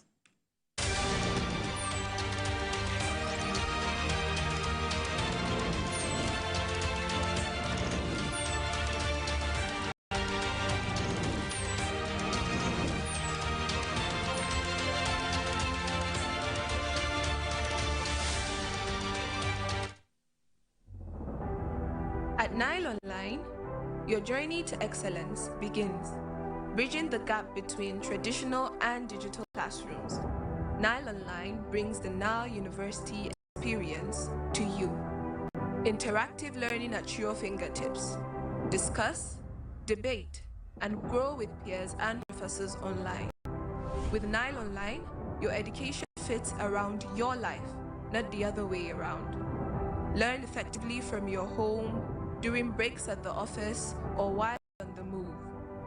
Dive into a variety of programs that cater to your passion and career aspirations, from executive MBA to digital marketing. Empower your future with accessible and secure education. Nile Online is your path to success. Join Nile Online today. Shape your tomorrow. Hello, TVC Communication. How can I help? What makes TVC the right choice for my business? Excellent question, sir. Let me share some exciting facts with you. Start your day on TVC Entertainment with Wake Up Night, a family and lifestyle show. Your view empowers women globally. It's your view, let it count. Entertainment Splash delivers the hottest celebrity trends. On TVC News, we keep you informed with news and in-depth analysis of events shaping the world. I will continue to speak the truth. TVC News at 7 and TVC News at 10 p.m. delivers the most important stories of the day. Max FM, your hit music radio station, captivates listeners daily across Lagos and Abuja, making every commute more enjoyable. Adaba 88.9 FM is not left out, as it is the voice of Southwest. And on TVC Digital, we reach to million viewers daily. All together, pulls in over 17 million viewers daily. Contact us on 0707-272-8338 or marketing at tvccommunications.tv. Partner with TVC Communications today. Let's grow together.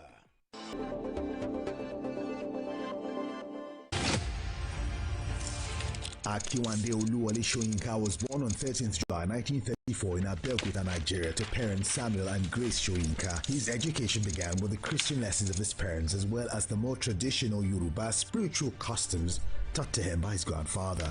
He had his preparatory university studies at Government College Ibadan in 1954, subsequently University College Ibadan, and he continued at the University of Leeds, earned a bachelor's degree in English literature. Soyinka's master's degree focused on projects combining his Yoruba culture with traditional British theatre traditions. He later returned to school in Nigeria to study African theatre, during which time he continued to produce poems and plays, one of which appeared on Nigerian television. Shortly after, he became the chief of the Cathedral of Drama at the University of Ibadan. Nigeria had only recently gained independence from Britain and political corruption was at a high. Soyinka's plays and poems became increasingly political and he began giving speeches protesting government corruption. He was accused of conspiring with Biafra rebels. He was therefore arrested and imprisoned in 1967 for almost 2 years during the Civil War, but managed during his time to write numerous poems. Finally released in 1969 after a brief period in France, he returned to his position at the university where he founded the magazine Black Orpheus. He left his position and Nigeria in 1971, wary of the political climate of the country. During this time, he published books of poetry and essays. His plays were collected and published, and newer plays were staged. In 1986, he was the first African to win the Nobel Prize in Literature for a wide cultural perspective and with poetic overtones fashioning the drama of existence. He dedicated his acceptance speech to Nelson Mandela and used the platform to criticize apartheid. Later that same year, Soyinka was awarded the Ajib Prize and in 1988 published his book Mandela's Earth and all the poems as well as art, dialogue, and outrage, essays on literature and culture. He also accepted a position at Cornell University. Throughout his life, he has served as a spokesman against apartheid and government corruption. He has won numerous other awards for his work, including the Anisfield Wolf Book Award, the Academy of Achievement Golden Plate Award, and the Ajib Prize for Literature. And he has taught at many prestigious universities, including Emory University, Harvard, and Obafemi Awolowo University. In his lifetime, Soyinka has published 2 novels, 3 collections of short stories, made 3 movies, translated 2 novels, 5 memoirs, 7 poetry collections, 13 essay collections, and produced nearly 30 plays. He holds honorary doctorates from numerous universities and has been invited to teach in schools around the world. He continues to write prolifically in spite of a bout with prostate cancer in 2014. Wole Soyinka, the Nigerian playwright and political activist, has positioned himself as a voice of the voiceless through his piece of art. He has distinguished himself as the African icon that continuously makes a mark in African literature and the world at large.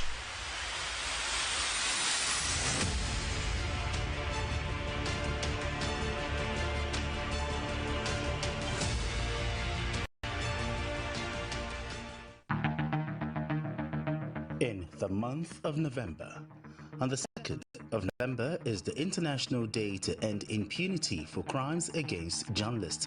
On the 14th of November is the World Diabetes Day. On the 17th of November is the World Day of Remembrance for Road Traffic Victims. On the 18th day of November is the World Day for the Prevention of the Healing from Child Sexual Exploitation, Abuse and Violence.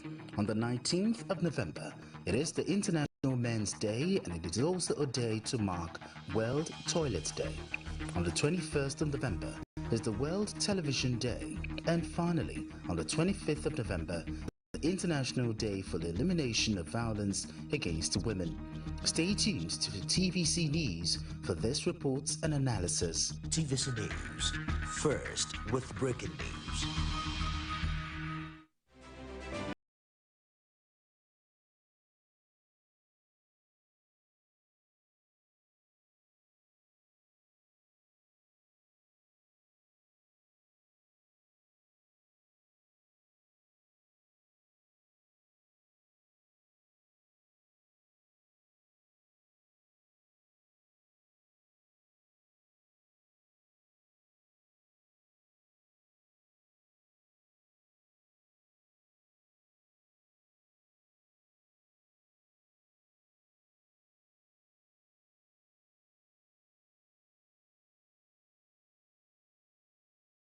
Where we have our correspondents scattered across the state, bringing us up to speed with developments there with regards to the election. So far, we have had reports that voting process has begun in Ondo South and also some other areas there where our correspondents have been bringing us details of how the process has been going on. And the people are already making some demands of what their expectations are of whoever takes office. They want good roads, they want quality schools, and perhaps a reduction in fees. And so they also want that things are made easy for them when the next governor takes over the reins of office. We still have our guests in the studio, Professor Anthony Kila Director, Commonwealth Institute of Advanced and Professional Studies, here still speaking with us. Thank you for still staying with us. Good to be here. Now, there was something you mentioned earlier on I want you to expatiate on before we went on the break, because it was an interesting point, and I believe that there are those who would want to hear more of your perspective with regards to that. You were talking about people should be more focused on a good process as against partisan politics. Yes. But we know how we are, and I was saying in this part of the world, what thrives here is partisan politics. So when you're talking about good process, partisan politics, saying good process outweighs partisan politics, how do you mean, and how does that improve on our democratic process and even our democracy that we call as being nascent? So let us start by admitting that, be it the passion for process or the passion for partisan politics, is an acquired taste. Nobody's born one way or the other. Right. We just have to decide which one really benefits us. You see, there's an illusion where millions of people identify themselves with a party or a person, especially during election time. They argue about it, they talk about it. But in reality, of these millions of people, it's only thousands that actually benefit truly. So anyone should look at them and say, really, what is my real benefit in this deal, in this system? Is it having somebody who looks like me or prays like me or speaks like me that really benefits me, or having a good road and a secured place? Once you decide one of those two, if having somebody that speaks like you or looks like you or you know personally is what benefits you, by With Global, you order anything you want, and when you receive it, you celebrate it. Because that tasty grilled chicken is here, and that key ingredient just in time. Order Global, and we'll deliver in minutes.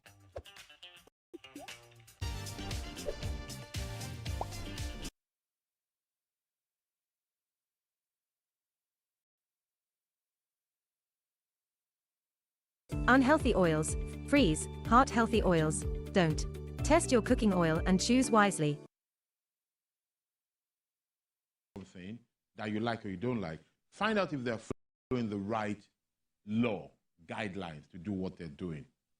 Because it might be them today that you like, tomorrow it might be something you don't like, or somebody you don't like. And if they set up a precedent, you're going to be in trouble. You see, the thing about process is that it's acting right today for the sake of tomorrow. So that where you stand today, regardless of who is in front of you or who is facing you, you can always chart that right course. So if we embrace the process, we'll make sure regardless of who is there, things will be fine. Because there's something we forget about human frailty. The idea of identity, of linking up to one person, thinking that if we get this person in power, everything will be right. Exactly. It's a very dangerous thing, because that person might turn out to have deceived us. One, that's even a bad one. That's intentional. But unintentionally, that person might get there and become mad or be possessed by some spirit that is different from what we had before. That person might go there and go rogue. But if we trust our process, regardless of what the person has said, that we said, no, okay, whoever you are, this is the way we do things, and let's all agree, then, we're going to be fine. That's the joy of process. It guarantees us against human frailties. It saves us from discretion. It saves us from, acting in caprice or whims of anybody. All right. That's the joy. Let's get back to the field now, and we have Sarah Yeku, who is in Ondo South, Okitipupa, precisely to bring us up to speed with so far so good with the process, what developments we have. That's, you can tell us, Sarah.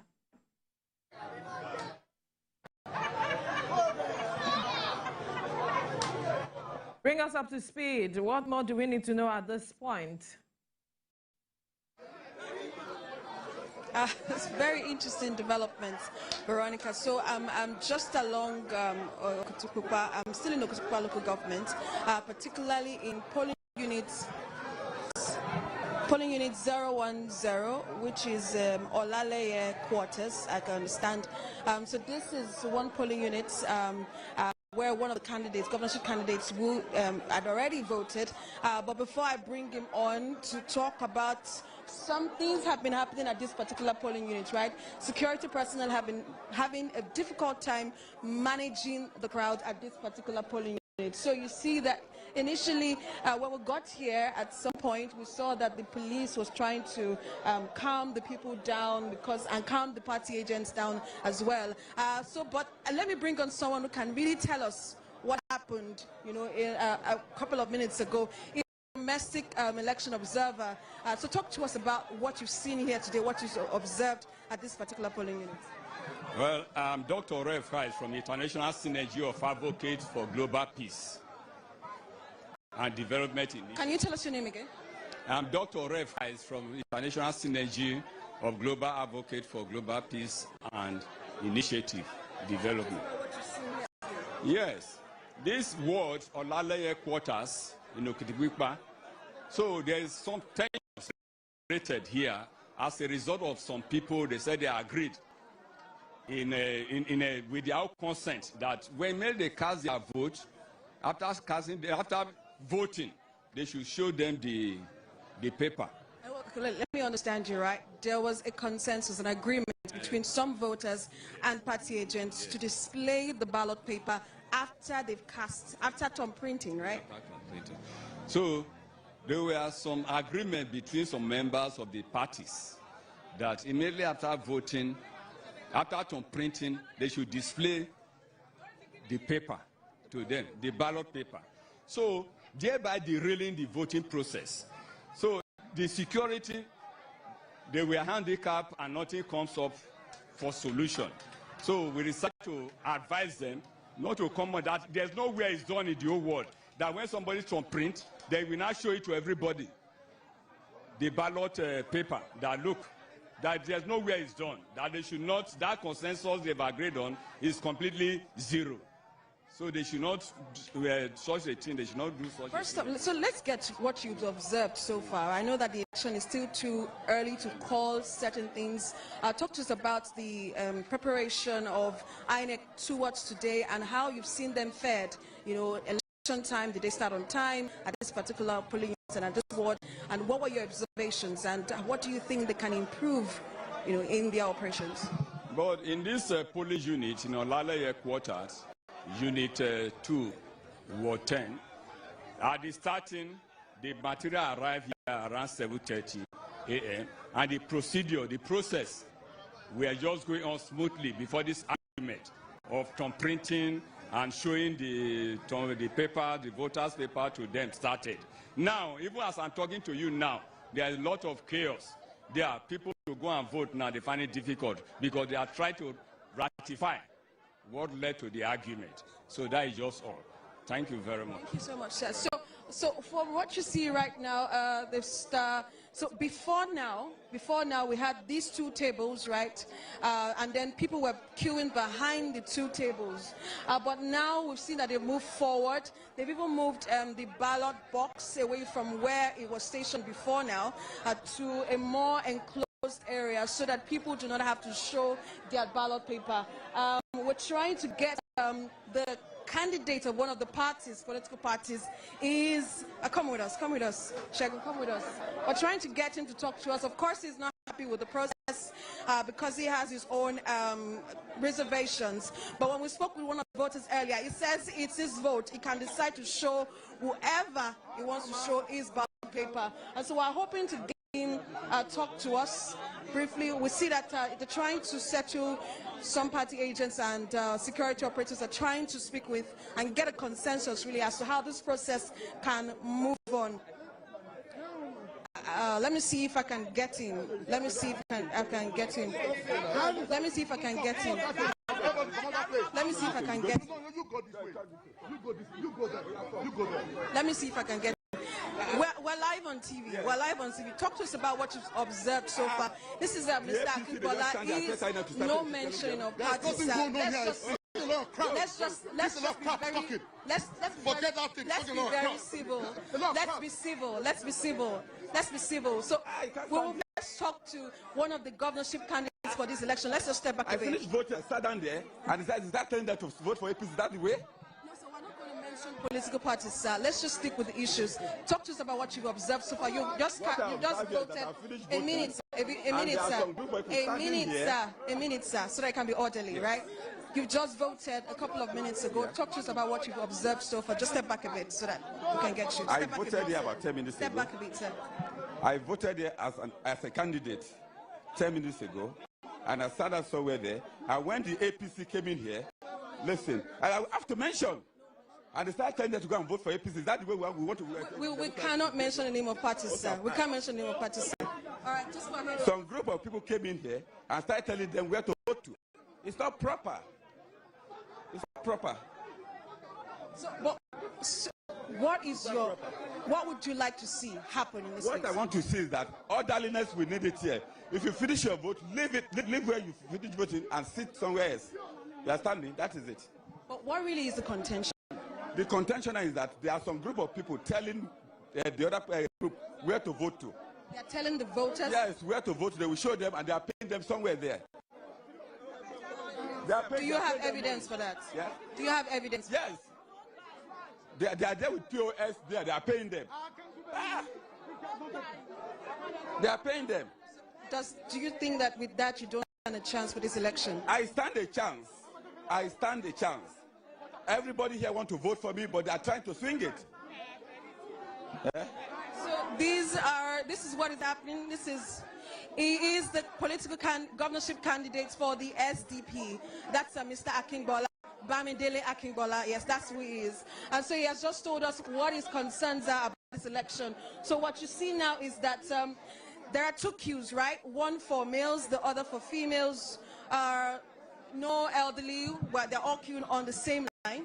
And so you see that before now we had the ballot box in this area before these tables. But now, since they had that argument earlier on, they've moved the ballot box inside that area. So now you don't have to come out to thumb print. You thumb print at that area, and then you cast your ballot. You put your ballot paper in the ballot box. So that's what's going on at this particular ward. That's a polling unit 010, that's at Olalea quarters in Okitiukpa local government.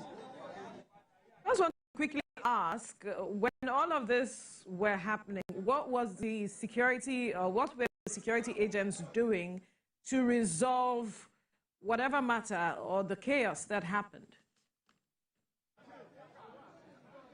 So the reason it's not being worse, the reason we still have some level of sanity in this place, the reason we still have that is because we see the officers trying to placate, trying to calm the people down. The party agents specifically, they're trying to calm them down, trying to make them understand the process, the electoral process, trying to also, talk to the people who are party supporters, who are also voters. They're trying to talk to them.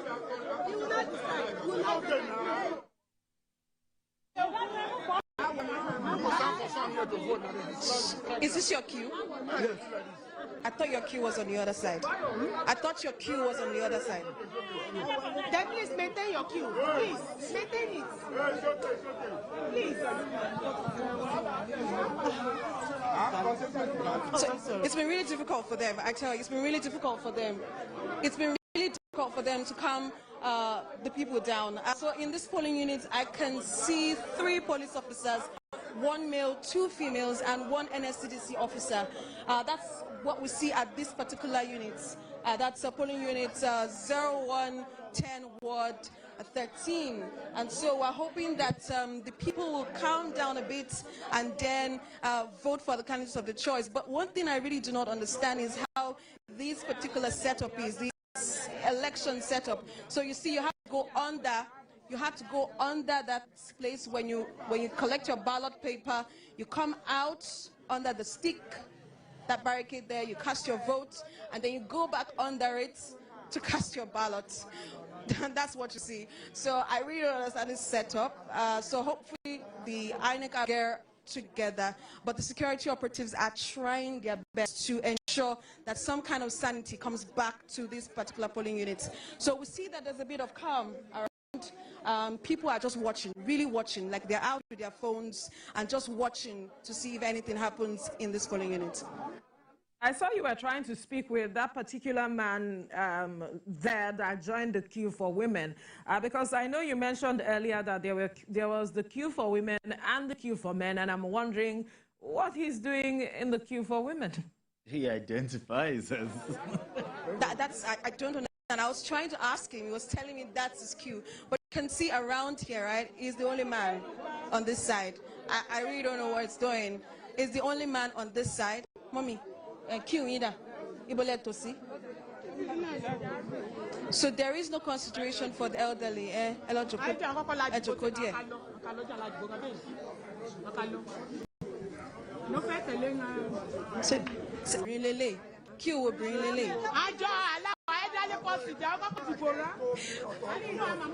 Okay, so this is said there is no gender differences at this particular polling unit. So he said they're all his wives. So that's why he's standing with the women. Veronica. Sarah, talk to us. Has there been any incidents of beavers malfunctioning? Or has the process been smooth so far? That's in the polling units we've visited, we've not heard any kind of incidents of beavers malfunctioning. So it's working. Shagun, just let them see the beavers work. So you see the INEC ad hoc staff there. That's Assistant Presiding Officer 1 using the beavers machine over there. So as against what we used to have before, where the elderly cannot, the beavers does not recognize the elderly. It's not doing that. It's working perfectly well for these particular polling units. Even in the previous polling units we're at, it was working well. But in this place, right, it's just for the political parties, the agents, the supporters. We're hoping that they will just calm down because they're seated at this side, right, and just watching whatever happens at the voting area. So you see them seated at this side.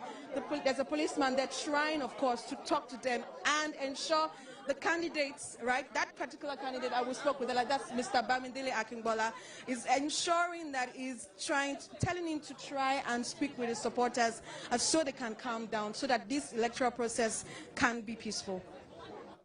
All right, Sarah, I was asking earlier about persons with disabilities, but we'll definitely come back to you for more updates with regards to that. Let's get back to the studio now to perhaps look at some of the issues that was raised in that polling unit in Okitipupa, talking about people voting and then showing. It's supposed to be a private process, and that is against the law as it is. So I'm sure INEC is monitoring what is going on, and but then we'll get your perception to it. And then there was accusation of vote buying as well. Yes.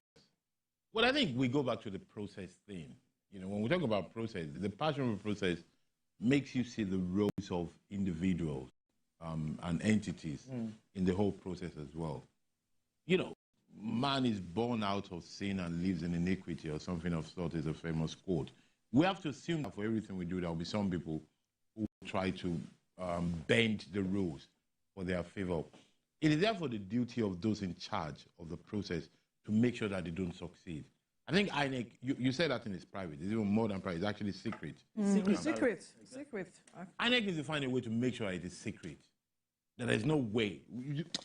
I think the INEC of the future needs to start to think in a way that let us make it impossible for anybody to show others their vote.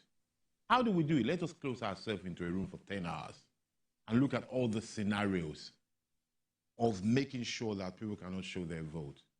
Let us make sure that people cannot pay for vote. You know, we need some strategic thinking. Again, you need people who have passion for the process and the result. Maybe they should, not just the result, just the process. Maybe they should hire supporters of Arsenal who are used to not winning. So that they just sit there. I'm a Chelsea fan, but... okay, so you feel but let's not go there. So let me look for those kind of people who are used to just enjoying the process and sit down and keep thinking, how can we? You know, I think in our intellectual class, maybe our universities, our schools of public policy, maybe just send out a competition out there to say, let us reward somebody that can come with the best process. The best idea. To say, how do we stop people from buying votes? So we study how it's been done in the past. We're very keen on doing it. Otherwise, if we want to play, let's keep playing. But, this is the thing you think. Because every election, this thing happens. If we want to stop it, we have to think of how to stop it. But perhaps before doing that, we need to all share the values of why it is important to stop it. That's key. That is the key thing. Because it seems the people that do not understand why it is important. Why it is important. Stop it. Once that's a reflection of the matters of voter education and awareness that we've been speaking to. Well, in lieu of that, before we come up with ideas of how to stop it, we have laws that says there are consequences for it. Why are we not implementing those laws? Because that's why INEC is calling for those special offenses. Because we value outcome over process. If we value the process, we will say that I would like, for example, after elections, to have a review. And for us to say, in this election, how well did the police act? How well did INEC act? How well did the press act? How well did everybody act? And see, based on your performance, let us give you a post-mortem. A post-mortem. A proper post-mortem with consequence. Consequence. Yes, to say that in this ward, this incident happened. Who was the policeman there that this thing happened under their nose? They were trying to calm the people. No, I'm not taking it personal. No, I know. I'm just saying they were trying to ensure some level of civility between them and the people. Well, I look forward to them writing a report to say this is what happened and this is what we did. When we start acting that way, again, process of reviewing things and things having consequence, we will start making. Now, this is where you now bring in the judiciary. Yes, exactly. To see how they deal with matters as well. The consequence. So, when you think of process, for example, I've argued elsewhere, let me restate now that I, for example, believe that we're thinking of our electoral act and our laws. We should make it mandatory that dispute of election, which is a shame, shouldn't be happening, but anything dispute of election should be resolved before somebody is sworn in. So that you never swear somebody in, then the person is not sure of their mandate. There are normally 90 days between it. Surely, there's no dispute of something electoral that should not be resolved in those 90 days. So that you don't swear in somebody and it still has a case in court. You should make it, in this case, maybe special tribunals might be necessary. You should make it rapid. And, it should be a very quick, commonsensical thing. You say, they stole my vote. Prove it. In or out. Goodbye. Done. That is where the judiciary also needs they need to get the act together. We all need to get the act together. We really all need to. If we want the system to work. But that if is a crucial thing. We don't want it to work because let's not forget that we say this thing and we act as if, it's some kind of accident or incident that is happening to us. In reality, there are people who benefit from our system not working. So we do have, people on the other side. I don't want to call them enemies before Veronica tells me to watch my language again. No, of course, we have to understand that there are laws under which we operate. So it's a process to me too. I get it. So, we have to know that some people who benefit from our system not working. But the key thing is to beat them. Good people, for goodness to triumph, good people have to win.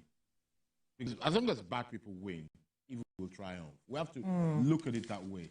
So the good people really need to get up to say, for the benefit of my children and for the future, let us make sure we get the right process in play, we get the right programs, get the right people.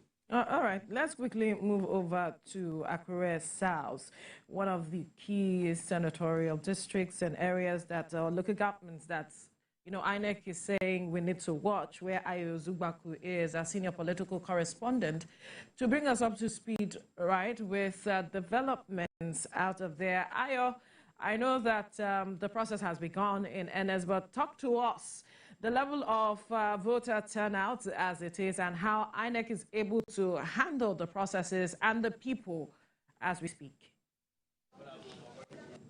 Veronica, let me give you a breakdown of the statistics of the Central Senatorial District, that is Ondo Central Senatorial District. Cathedral Sacred Heart Primary School here, the Cathedral. I told you earlier, we have 16 polling units in this cathedral. Now, what is happening here is that this is Akure South. If you check the numerical strength of the registered voters, we have over 300,000 registered voters in Akure South alone. Over 300,000 registered voters. Now, the people that came to collect their PVC, they're actually 244,000. Now, 244,000, if you have to do the mathematics, I went again after talking to you, I went to town, around town. I'm sure my engineers are able to upload that to you and you will see the visuals. And I can tell you safely, I can declare that there is voter apathy. There is voter apathy in Akure South, Akure South. Now, in the Central Senatorial District, we have Akure South, Akure North, we have Ondo Central, we have Ondo North, and we have Idori. All this makes Ondo Central Senatorial District, and altogether,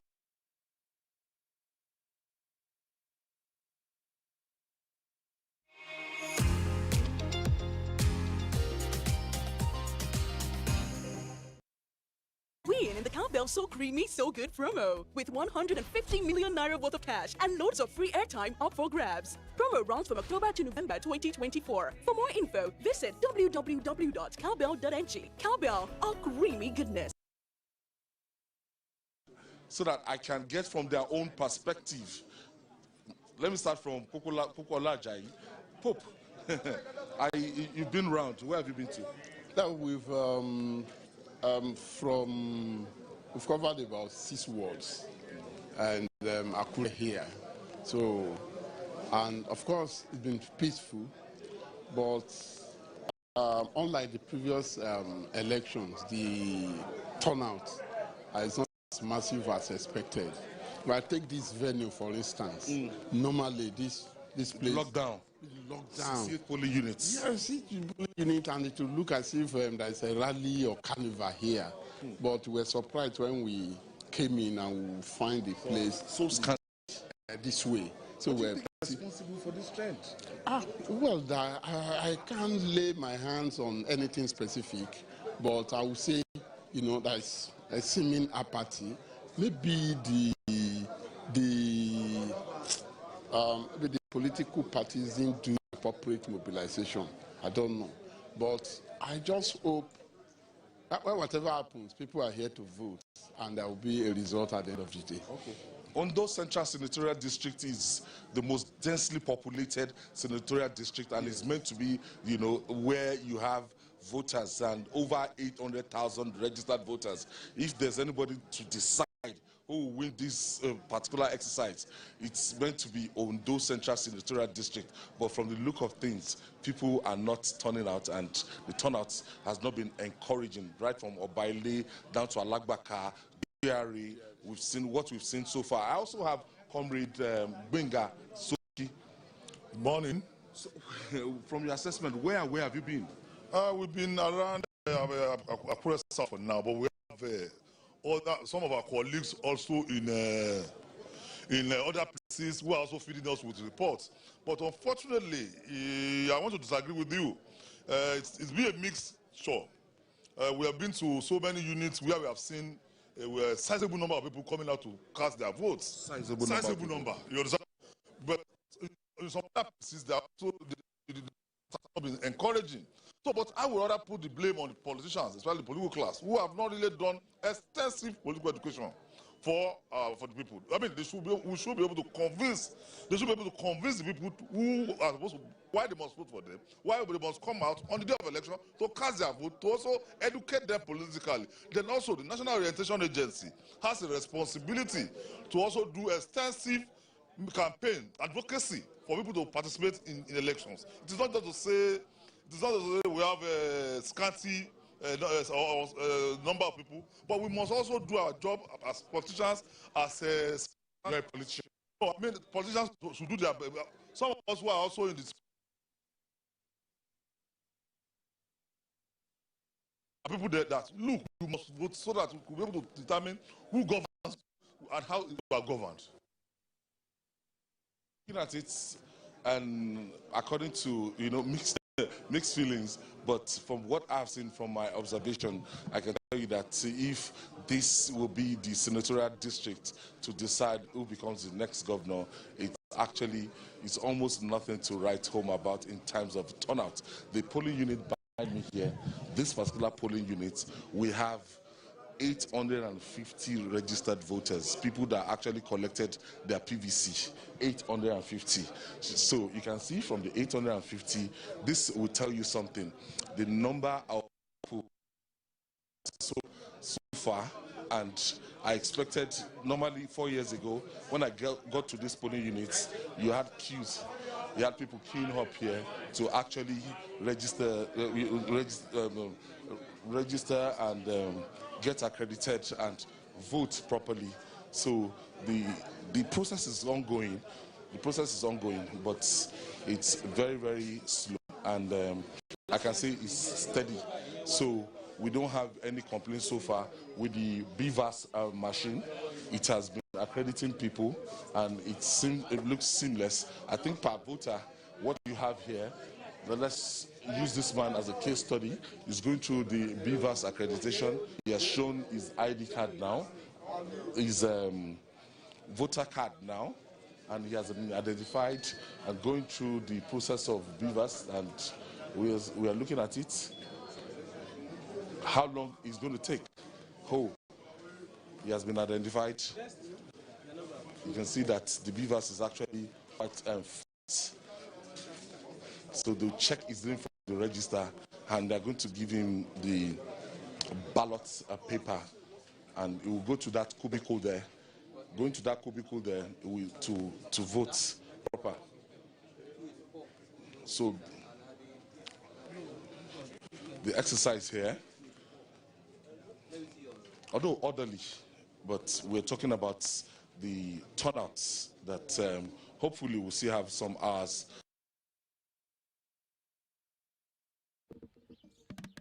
The Bold Safety Team, by your side on every ride. Stubborn dark marks? Try new Nivea Lumina 630 for even and luminous skin.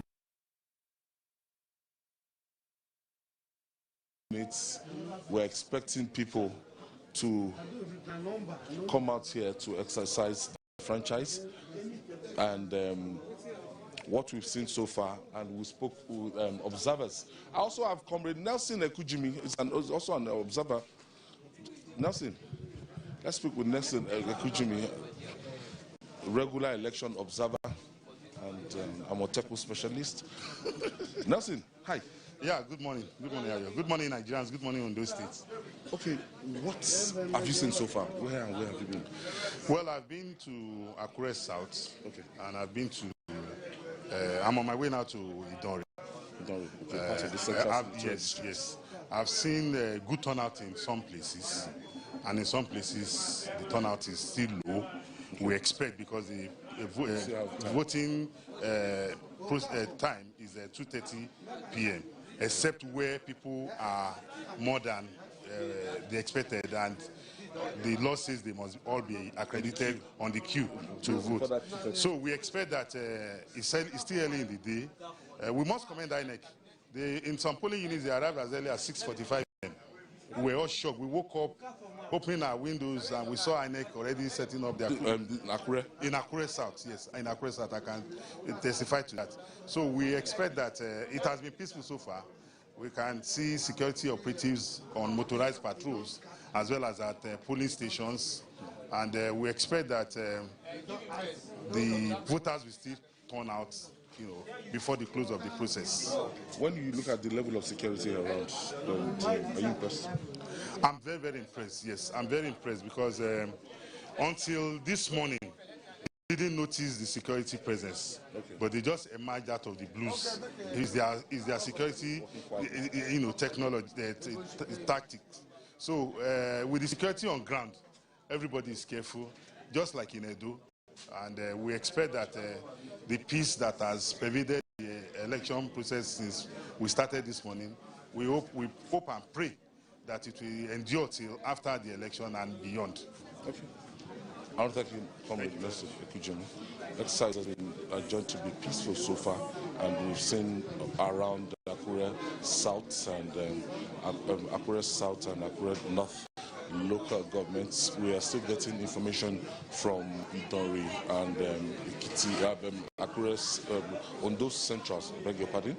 Those are the town and major cities that make the senatorial districts of the central senatorial districts.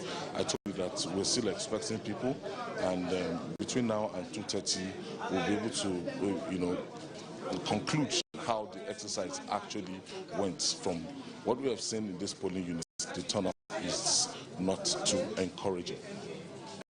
All right, I would definitely get back to you. We see that the sun is scorching as it is, and although from what the observers have said, there are some improvement and encouraging turnout in some of the areas where you are, but we'll definitely keep tabs with you there. All right, just to bring you up to speed now, our viewers, that Governor of Ondo State, Lucky Aiyedatiwa, has cast his ballot at his hometown in Obenla in Ilaje local government. The governor voted at exactly 8:50 a.m. amidst cheers from his kinsmen. Now, while speaking with newsmen, Governor Aiyedatiwa commended officials of the Independent National Electoral Commission for arriving early at the polling units with voting materials. He asked residents of the state to be law-abiding and exercise their democratic rights peacefully. Interesting, and those are the visuals there of the governor casting his ballot. We have Olaide standing by to bring us up to speed. He was following the governor, and quickly tell us how the process went, and also bring us up to speed with if there were any issues where you are. So after about 40 minutes on the water, we got here at exactly 8.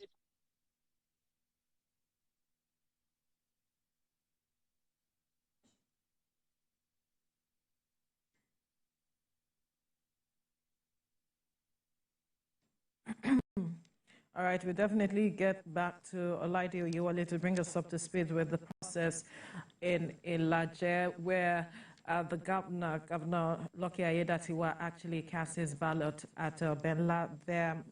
He cast his ballot, but Olaide will bring us up to speed with how the process went. The governor has commended the process, but then we also need to understand whatever else happened in the course of his casting his ballot. So let's get back to the studio. Prof, so many issues were brought up when we spoke with Ayo, and the observers, having divergent views about the level of turnout of voters here and there, and then we saw some also pockets of issues. But then let's get your perspective. Ayo said that where he is, rock, where a number of voters are supposed to be present, and even the fact that the senatorial district is supposed to be a major decider for the outcome of this election, but we are seeing the level of apathy so far. This is some concern that we had raised earlier on. Yes, well, concern for you. Oh, yeah, you mentioned it wasn't a concern. It wasn't a concern. That's true. It wasn't a concern. Yes, but that senatorial district accounts for about 18-20% of the total number of voters. And I have said so from what we have seen, it's not a crowd pushing his order. Even in the queue of the gender-confused man, it wasn't exactly, chunks of people. So, but that was predictable, as we've said before, because of the way the election campaign was conducted. So you don't expect that. The good thing is that, with a bit so far, a bit of delay, a bit of argument, so far it's been peaceful. We must admit that. And that is our takeaway. Let's hope we keep improving it. But above all, for the people of Ondo State, I just wish that whoever wins does something better than what they have now. Now, in the next 5 years, looking at this issue of apathy, do you think democracy will get better or the other way around? Well, when you say get better, I guess you mean more participation. Yes. Well, that's your own idea of better. Okay. If you want more... Okay, what's your idea of better? Well, just good governance. It doesn't mean more people voting. I even argue that if less people voted, it might be better, but that's me. Let's follow yours, because yours is the more popular view. I have my views, but I try to be as democratic as possible, and be, a safe minority is what I call myself. But if you want more people to participate, there are three things that assure people to participate. One is trust in the process. Credibility. Credibility of the process. 3 is governance. To know that, if we vote this way, we get the right person, and the right person does what we do. And the third thing is a safe rule of law, where people don't need to actually fight, where there can be exchange of ideas. Those are the 3 things that needs to make democracy more participative. Interesting, and that's a fine place to leave the conversation with you, but we must say we've had an interesting time. Very interesting. With your interesting perspective. Exactly, I learned a lot. To issues, Professor Anthony Kila, Director, Commonwealth Institute of Advanced and Professional Studies. Thank you so much for your time. Good being with you. Thank you very much. Thank you. We take a break, but definitely we keep monitoring things coming out of Ondo State with regards to the governorship election. We're still here. Don't go anywhere.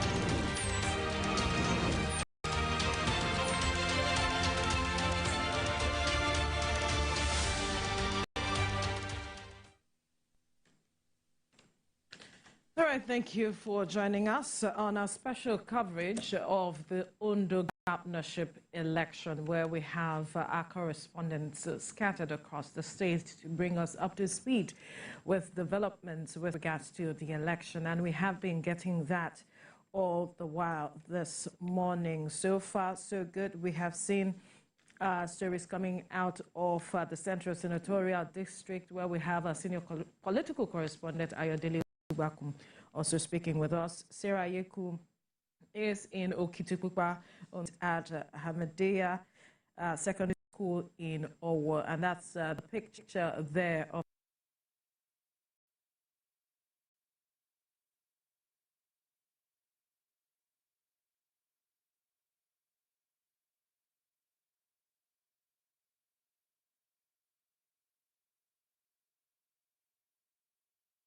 him casting his ballot. He described the process as peaceful and transparent. He also commended early arrival of materials at the polling unit. Well, that is the Deputy Governor. About us now so far is Abiodun Shomi, a public affairs analyst. It's good to have you join us. Good morning. I'm pleased to be here. Good morning. Great. Now, you have been monitoring the process and how it has been going on at the various polling units. And my first question to you is, knowing Ondo State as a state of persons or people who are politically aware, are you surprised with how things have panned out so far? The fact that there are concerns about voter apathy and then the process of INEC handling the process too. I'm not too much concerned about the preparation towards it. Many people have accepted the fact that INEC has done a good job with logistics. They managed to get things to the right places at the right time, at least in 95% of all the cases, so which is more than pass mark. There is a marked improvement in INEC's logistics on this occasion, better than Edo, in my view. Then you also have the security services. They are all on ground, well ready to make sure that nothing goes wrong. We've had commitments, statements made by the IG, by the civilians, their determination party. The second one is the vote buying will come in to change the picture. Depending on who can pay, the highest. There are figures being bandied around of 20,000 per vote or 30,000 per vote. No one knows what is true from what is not true currently. But the fact of the matter is we have all the necessary agencies of government, in place to ensure that this can be kept at the barest minimum, or if not stopped completely through apprehension of suspects. So how this will work out eventually in the course of the voting, we don't know until the end of the day. But when you again look at the configuration of the election taking place, you will realize that 16 out of the 17 candidates in this election are from one particular area, which is the South. They're from Ondo South Senatorial District, and that will make Ondo South a highly contested area. The current incumbent governor, Ayedatiwa, is from Ilaje, and then you have the main challenger, which is Agbola from Ondo. Yes. Both of them have been deputy governors, particularly under Akeredolu, one in the first term, the other one in the second term, and they both know each other very well. So you have like Ileoluji, Okeigbo, Idonri will also be another flashpoint. You should expect some measure of issues, or complaints coming from Ondo North, simply because of one reason. The deputy governor for Ayedatiwa is from the north, and that's where, that's where the Owo and all these people are. In the north, what you have now is Edo South and Edo North ticket, but the other major contenders chose to pick Central, which is the Akure axis, Ondo Akure axis, with their own candidate, also from South. But how this will play out eventually remains to be seen. The fact of the matter is South is not as populated as North and Central. Central, yeah.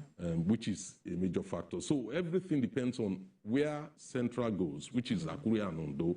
Your guess is as good as mine because we only need to look at the gladiators. Where are the Mimikos? You know, where are the Alasha Adura, Tayo Alasha Adura, and so many others? Where are they? Then you have the incumbent